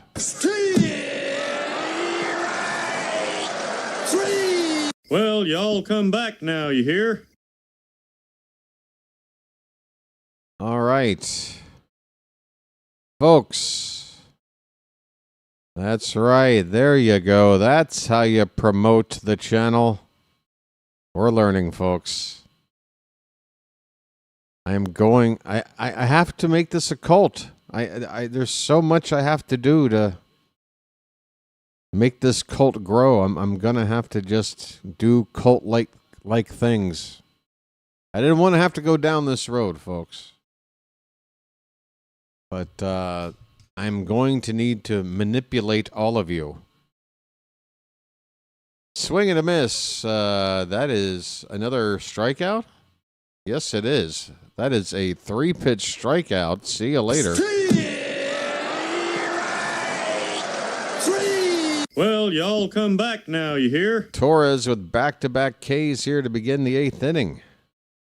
Very nice. Very nice. Great success. Here's Garcia. First pitch swinging. That ball is going to drop in front of the center fielder for a 2-out single. So a nice start to the inning for Torres on the mound, but now there's a base runner. Oh, my ass hurts. I need more cushioning on my butt. I can feel the bone. What is it, my pelvic bone? It's like bone on chair. I need more cushioning. Or I need a plumper butt. What are those injections? What are those Kardashian butt injections? Is that collagen? What is it? I might need to go do that. Just to give myself something to sit on. Oh, it's more than the tailbone, I'm telling you, because I can feel it on both sides of my hip area. Yeah, the tailbone's at the back here, but right at the very middle of the seat. Those bones. Those bones are hitting seat. Here's a steal attempt, and he is out by a country mile. See you later, whoever the hell you are. Inning over. That is Ethan Anderson behind the plate throwing out a would-be base stealer from the Astros to end the inning. We go to the 9th, tied at 6. I do need the chair, but that previous the chair was such... I'm like traumatized by it, man. I'm so upset. The channel was peaking in its first season. It was winding down in September.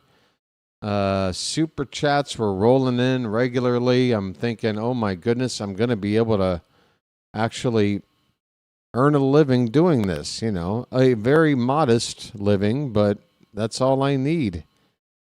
And somebody was so kind enough, I wish I could remember their name. They gave a super chat big enough to pay for one of those chairs. And man, I put my effort into researching the right chair, because living out here, those gamer type chairs that you see a lot of YouTubers use out here, you know, those chairs, they all have like their weight limits, you know, and whatever. And out here, if you're not careful, you know, the standard chair out here, I'm too large for by about a good 15 kilos or so. So I had to get a chair that was built for my size. I found it. I checked the, what do you call it? The specs, and I looked it up like on websites for user reviews and everything else. And I'm like, all right, I got the right chair. Brought that chair in, revealed it for a game late in the season. I mean, like a week left to go in the regular season. was the debut of the chair. And I was so comfortable. I was so happy. And guess what? We had like 7 games left in that season, and then we got swept by the Royals in the playoffs. First pitch from the new pitcher hits our batter, Sosa, in the back. The leadoff man and the potential winning run for the Orioles is on with a hit by pitch to lead off the 9th inning. Cosgrove is the new pitcher. So, long story short, just days after, like maybe the second week of October, not even a month into having the chair, the hydraulic base, just absolutely, not only did it like kind of just collapse on itself, but like the metal bent in such a way where there was no bending it back. It was just cooked. The whole chair was just cooked. And I called maybe 10 to 12 games with that chair. And that's all I got out of it. And I feel so bad because that dude was really cool about, going out on a limb and being like, dude, I remember him saying something with the super chat like, dude, take this and go get a chair now. Speaking of, this is, we got a gifted membership thing in the chat from Phantom. Thanks, Phantom. Did my sad chair story, did that inspire this? Folks, they say thanks to Phantom. Message for you, son. We got a 3-0 count here on Ethan Anderson, and he goes after a 3-0 pitch and pops it up on the infield for out number 1. Not a good use of a 3-0 count in a situation where a runner at first that most likely can win you the ball game, if you can get him around, we pop it up on 3-0 for the first out. Here's Creed Willems. Can Creed Willems get his first spring hit and lead us to victory? I sure as hell hope so. He fouls the first pitch back. Come on, Creed. Come on, Creed. So, yes, thanks again to Phantom. I want to thank you very much for that. I really do. Born to Melt, John Jansen, Mouse Masher. That pitch just missed. 1 ball, 1 strike to Willems. Forsaken Bro and Kieferbot. All with Magic memberships thanks to Phantom. Appreciate it, man. Really do. I actually sounded like Stallone. I really do. I want to thank you very much for that. I really do. Yeah, it's like a switch. Runner at first for Baltimore. 1 out in the 9th. The 2-1 is inside to Willems. Ball 3, folks.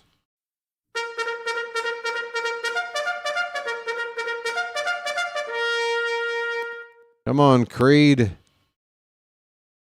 It's a shame you were named after the worst band of the 90s, but we're not going to hold it against you. There's a foul ball. It's 3-2. Come on, buddy.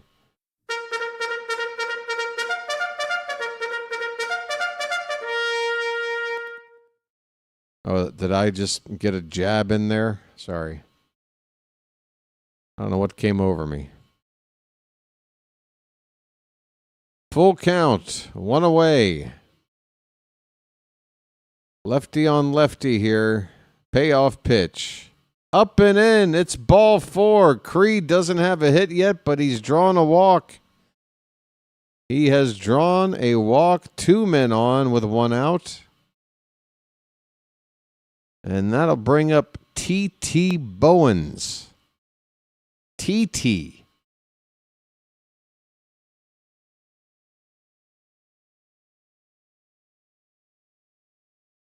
The TT stands for Thaddeus Thomason. Thaddeus Thomason Bowens, Esquire. No, I don't know. He's TT, folks. And he's got a count of 1-0. Pitch. 2-0. That pitch up and away. Folks.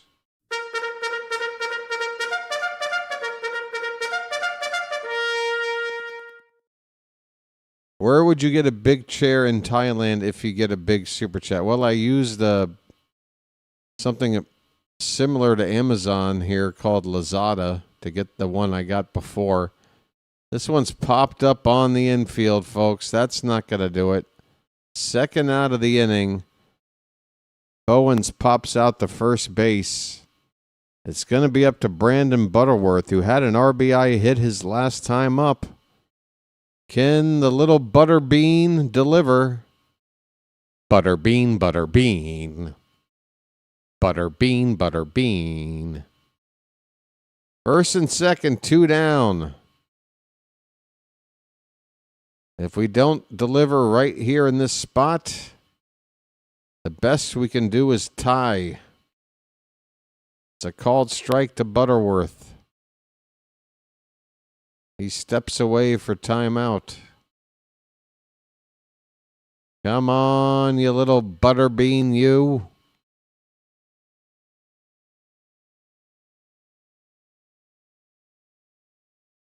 Oh, 1 pitch. Way outside. 1 ball, 1 strike. Just a base hit. And we are in good shape to maybe win.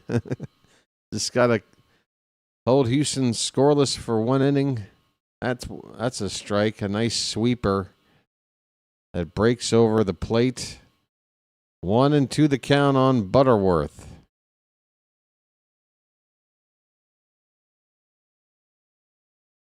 The pitch that stays outside. 2-2. Cosgrove, the pitcher, left-hander, kicking some dirt around the rubber. Back on the slab. Here we go. The 2-2. That's high. Full count, folks. Here we go.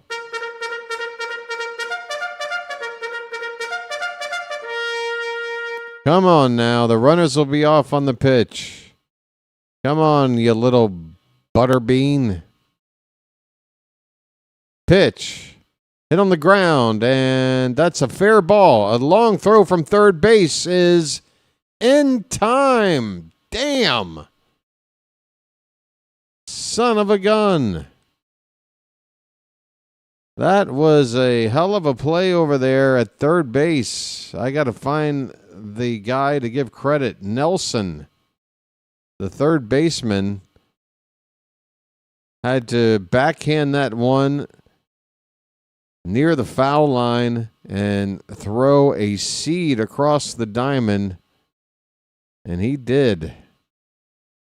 So the Orioles are done here in the 9th. The best we can do is tie.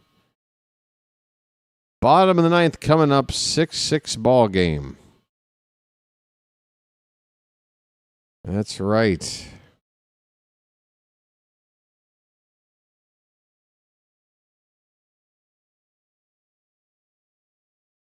All right, remember, folks, tomorrow afternoon we play the Pirates. Kyle Bradish. Been about a week since I remember seeing him. Looking forward to seeing Bradish maybe try to get up to 5 innings. That'd be nice. At least 4 and change. Come out to start the 5th. Something.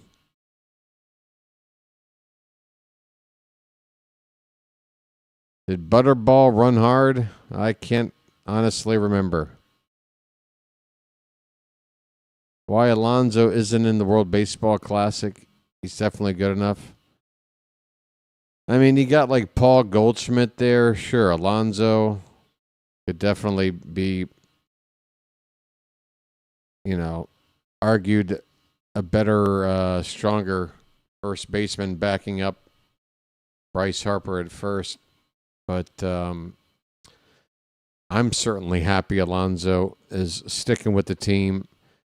And this kind of goes back to what I talked about a lot last season with Gunnar Henderson. Like, Gunnar Henderson was kind of, with that previous season, like a runner-up for MVP, making the cover of the show video game. I mean, becoming an absolute top-tier star of the game. And, letting go Santander with the team going into last season, and Rutschman, who we thought was, kind of a leader, but I guess Gunnar was just sort of asked to be a leader. And I was talking about during the season as we were struggling, like Gunnar just may not be that leader type. He just might be that competitor type, just worried about taking care of business with what he can do to help the team, but not necessarily the guy with the personality to, give the rah-rah speech, get the guys, on the same page and get them focused. But Pete Alonso has shown me that that's, something that he can do. And we just got him, and his influence with this team in the spring, I think, has been very important. So, long story short, folks, I don't want Alonso on the World Baseball Classic team. I want him with our team every day here in the spring. I think it's a valuable 6 weeks of time. We're going to be spending the next half decade with this guy. He wants to be a leader, and we're going to give him that chance. The Orioles are going to challenge what has been called ball 4 here to the leadoff hitter here in the bottom of the ninth. And at this stage of the game, I'd be challenging if it's anywhere close. Call stands. I can hear the ump, but they never actually show the 3D animation of where that pitch was. All right, so Houston does have the potential winning run on at first with nobody out, and Brutcher at the plate, Drew Brutcher. The pitcher for Baltimore is, who is this? Number 86, Ogando on for the Orioles on the mound. Check on the runner at first. He's back in.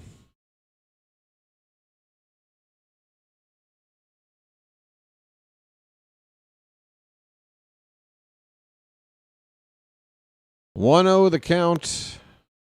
The pitch outside, 2-0. I'm ready to go back to sleep, get a nap, and call this game tonight. 3:20 a.m. local time over here in Thailand. This ball's hit to left. This could be a problem near the foul line. That looks like it dropped in fair, and it did. It's a bloop opposite field double down the line.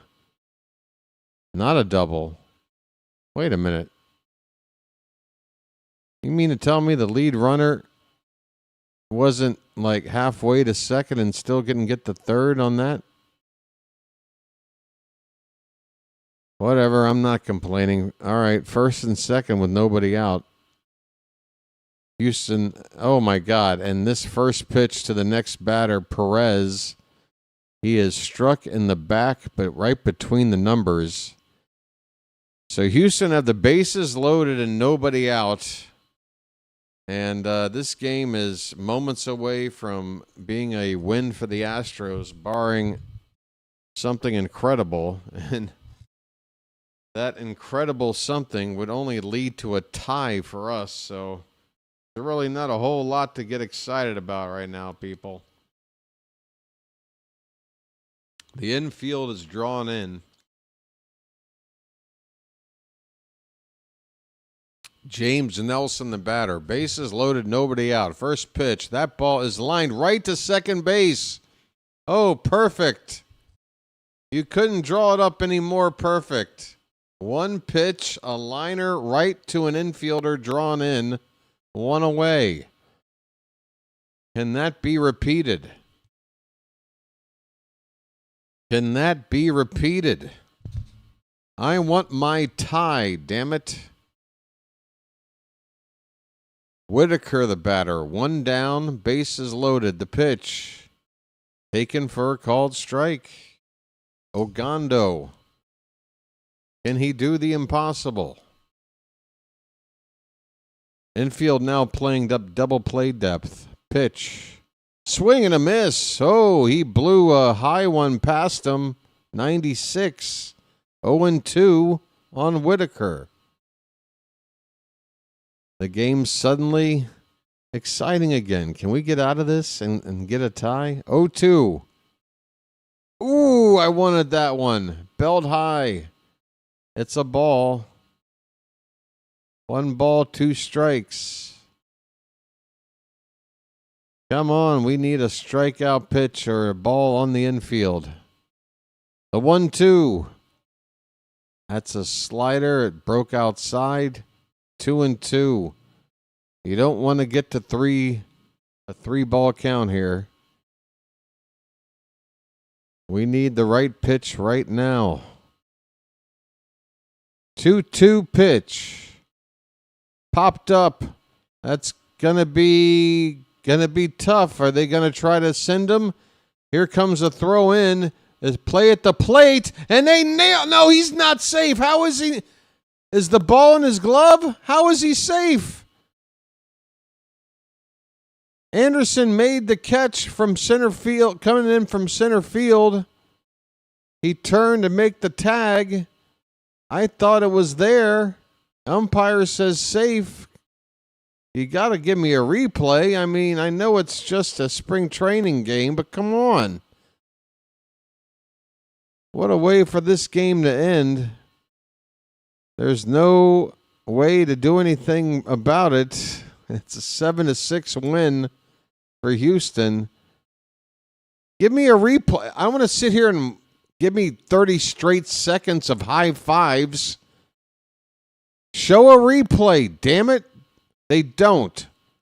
And this is the Houston broadcast, and that's why. They don't want to show you.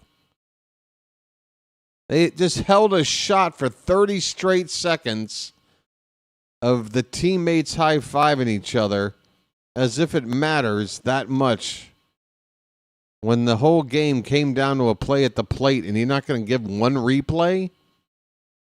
You're not going to give one frickin' replay? Because you know he was out. We couldn't challenge? Damn it. I called this whole game for it to end like that. I feel cheated.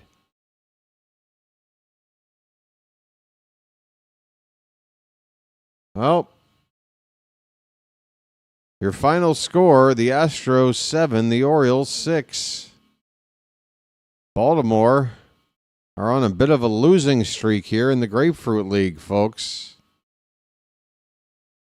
And even though it's just spring, you hate to go several games without a win. I want to win, damn it. The Masson broadcast isn't showing it either. So you're watching it on point? Was it not close enough where you at least would want to make sure? Didn't you want to see a replay? I mean, it wasn't a matter of being late. I mean, it was just he missed the tag. I mean, show us. I want evidence. I'm pissed. Honestly.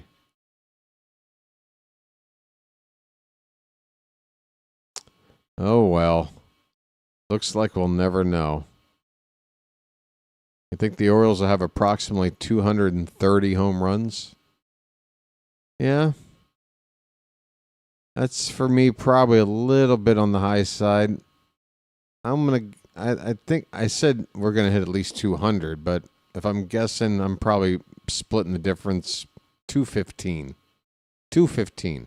I don't want to get too home run dependent. Simmer down. Just simmer down now. Just simmer down. Just simmer down. See? Noel's telling me to simmer down, but On Point is telling me I have a point. He saw the play. He agrees. And, I have to practice reacting like I'm upset over a blown call or a missed opportunity to take a closer look at a very important play. I have to practice. Even though it's spring and it doesn't count, it's practice for me too. The play was, it was the end of the game. Come on. Give me a break. I don't care if this is MTV Rock and Jock softball. If the game ended on a play like that, show me a frickin' replay. I'm not asking for the moon here. I was right about the USA game earlier last night, saying that Bryce Harper was off the bag on that crazy play by Bobby Witt Jr. He made 2 outstanding defensive plays in the hole, but that second one he made, it shouldn't have been an out. But they didn't even bother to look at that again. And I was right about that. So there.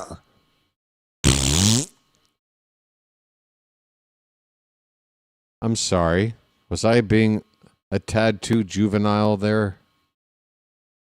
I'm sorry. That's very un-BW. I've lost my cool. You know what this whole gig is doing, by the way? The Orioles always get screwed. No, Baltimore. In Baltimore, you always get screwed, which is why I love it there. Yeah, I'm used to getting screwed in Baltimore. I've got the medical documentation to prove it. We love it in Charm City. World Series or bust? Well, it depends on the bust. Are we talking Sidney Sweeney or...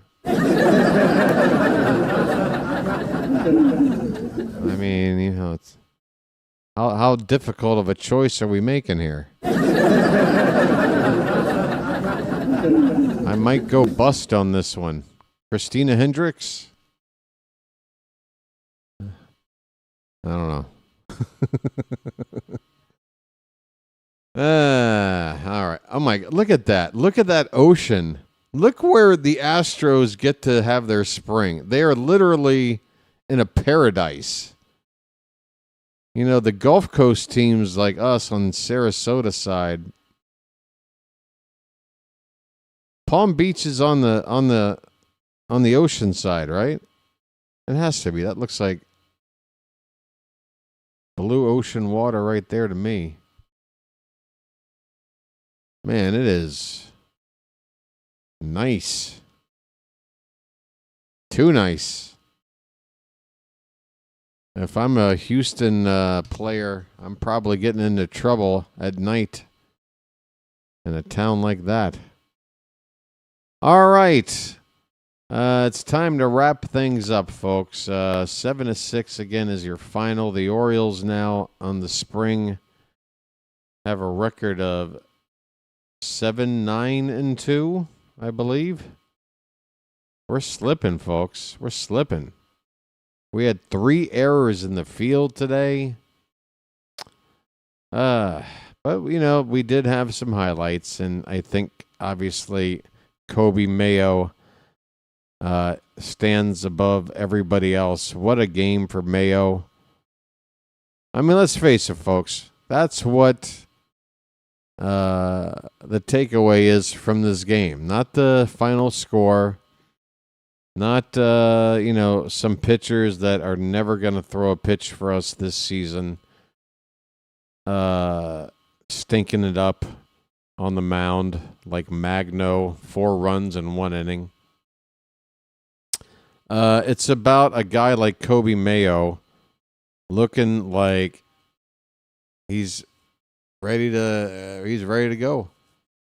If he didn't have a good September, I would not read as much into it. I'd be like, look, I've only seen Mayo hit good in AAA. I'm now seeing him hit in spring training, but I need to see him hit in the bigs.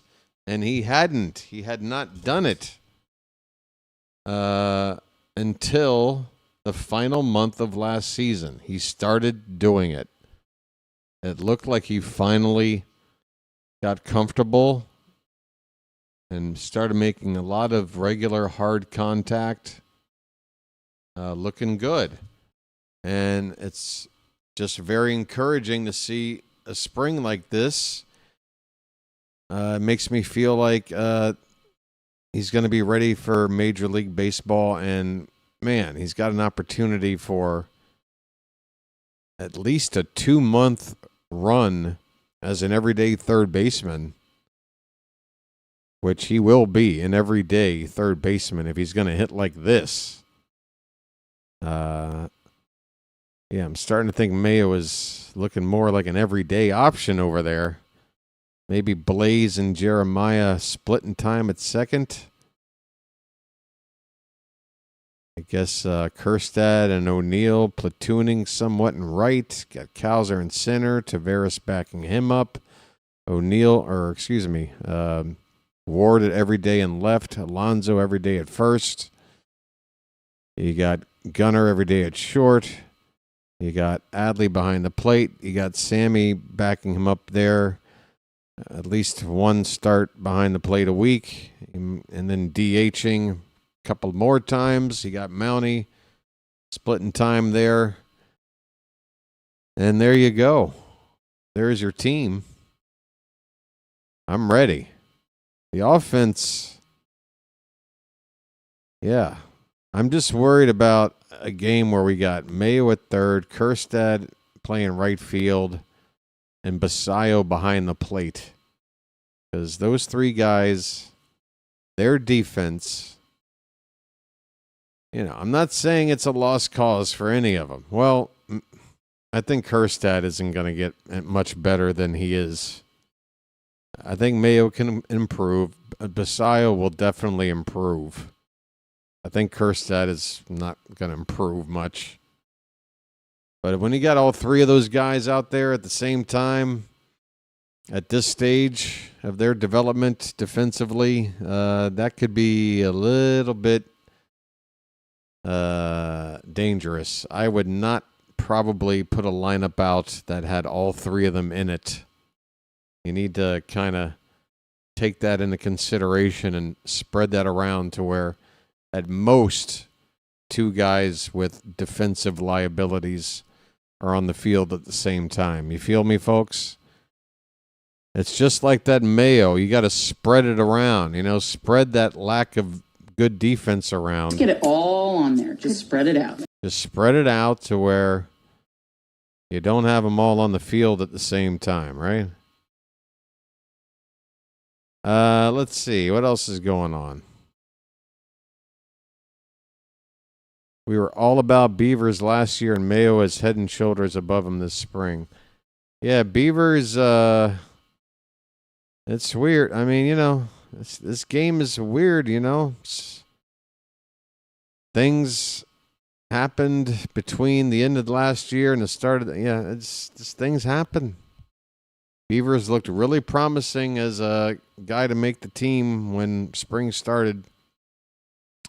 But it's a good problem to have. Plenty of time for Beavers to become something good for this team. And in the meantime, he can play every day in AAA. Rake there, hopefully, with Kjerstad getting an opportunity, which I think this is kind of it for Heston, you know? Like, it's like, all right, we've had a lot of bumps in the road with Heston. I think this is his age 27 season. It's kind of now or never. If he's good enough to make this team and get some chances to get in the lineup against some right-handed pitching and, you know, just try and not play terribly in the outfield. This is the time to do it, because otherwise, yeah, Beavers is going to be waiting in the wings. He is the Heston of the future. I don't think Kjerstad is going to. I think he's going to have a chance to have a nice little moment, maybe, but I don't know if he's going to sustain it, you know? I don't know if Kjerstad can sustain. He has to do it. I just don't know. That's my gut feeling, is that Kjerstad is going to maybe be a helpful player for the first couple of months of the season or so, and then maybe, I don't know, his defense starts to make us go, okay, let's give, or maybe Beavers is just crushing it, and Kjerstad's only batting like 215. Beavers is in AAA hitting 355. And we're like, all right, is it time to just... Because eventually it's going to be Beavers, right? Hey, David in France. Look what I get for lingering after the game is over when I should be racing to sleep before tonight's game. David in France is here.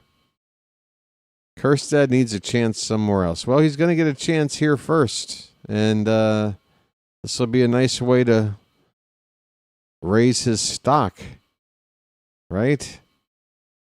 Because it's one or the other. Either he doesn't pan out. I don't know if we have any options left to send him back down.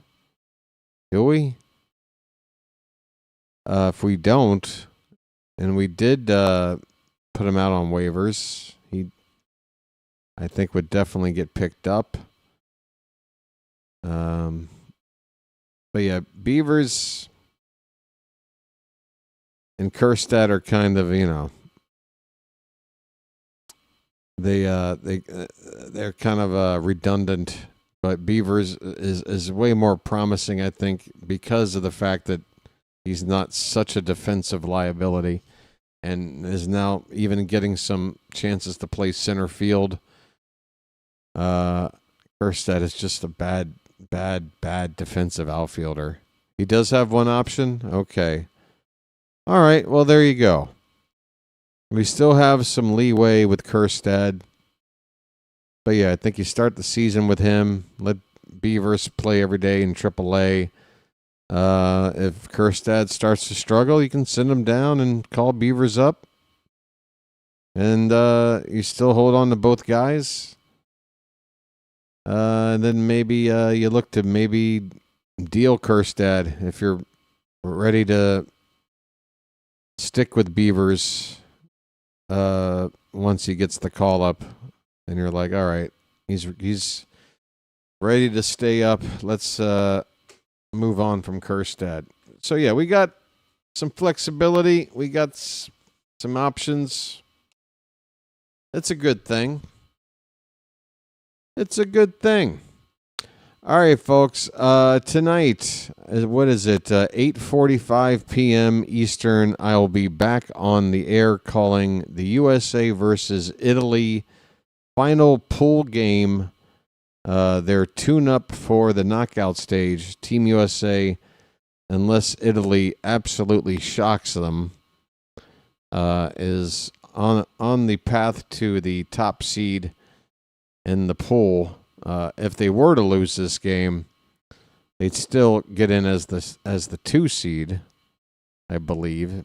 But even if they'd lost, if Italy were to lose to Mexico, I think the U.S. could still get in as the top seed. So, because I'm sure when it comes down to like, oh no, but Italy, if it's head to head and Italy beats us, and their one loss is to Mexico, then yeah, Italy. If head to head is the first tiebreaker, then Italy would be. But yeah, but it's not happening. Come on, Italy can't win the pool.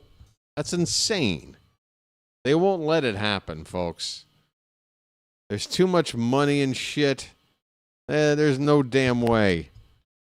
There's no way Italy is somehow going to win this pool.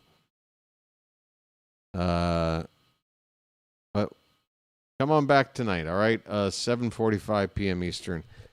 Next Oriole game tomorrow at 12:50 p.m. Eastern start time.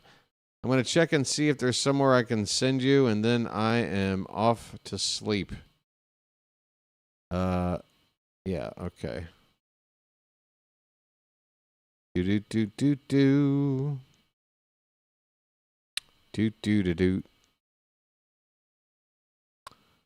Playing some of The Last of Us 2. I don't know if I can send you to Fitzy, who's playing a video game right now. I don't think that's wise for the channel. No offense, Fitz. So I'm just going to sign off now, folks. It's been fun. Hey, thanks for all the likes, folks. We got over 50 likes on the horizontal side. Vertical, I don't know. I'm sure it's fine. But a decent turnout. Hope to see you again tonight, if not tomorrow afternoon. Until then, either way, have a good one. And this has been the BirdWatcher. I will chirp at you later. Take care, everybody. See ya.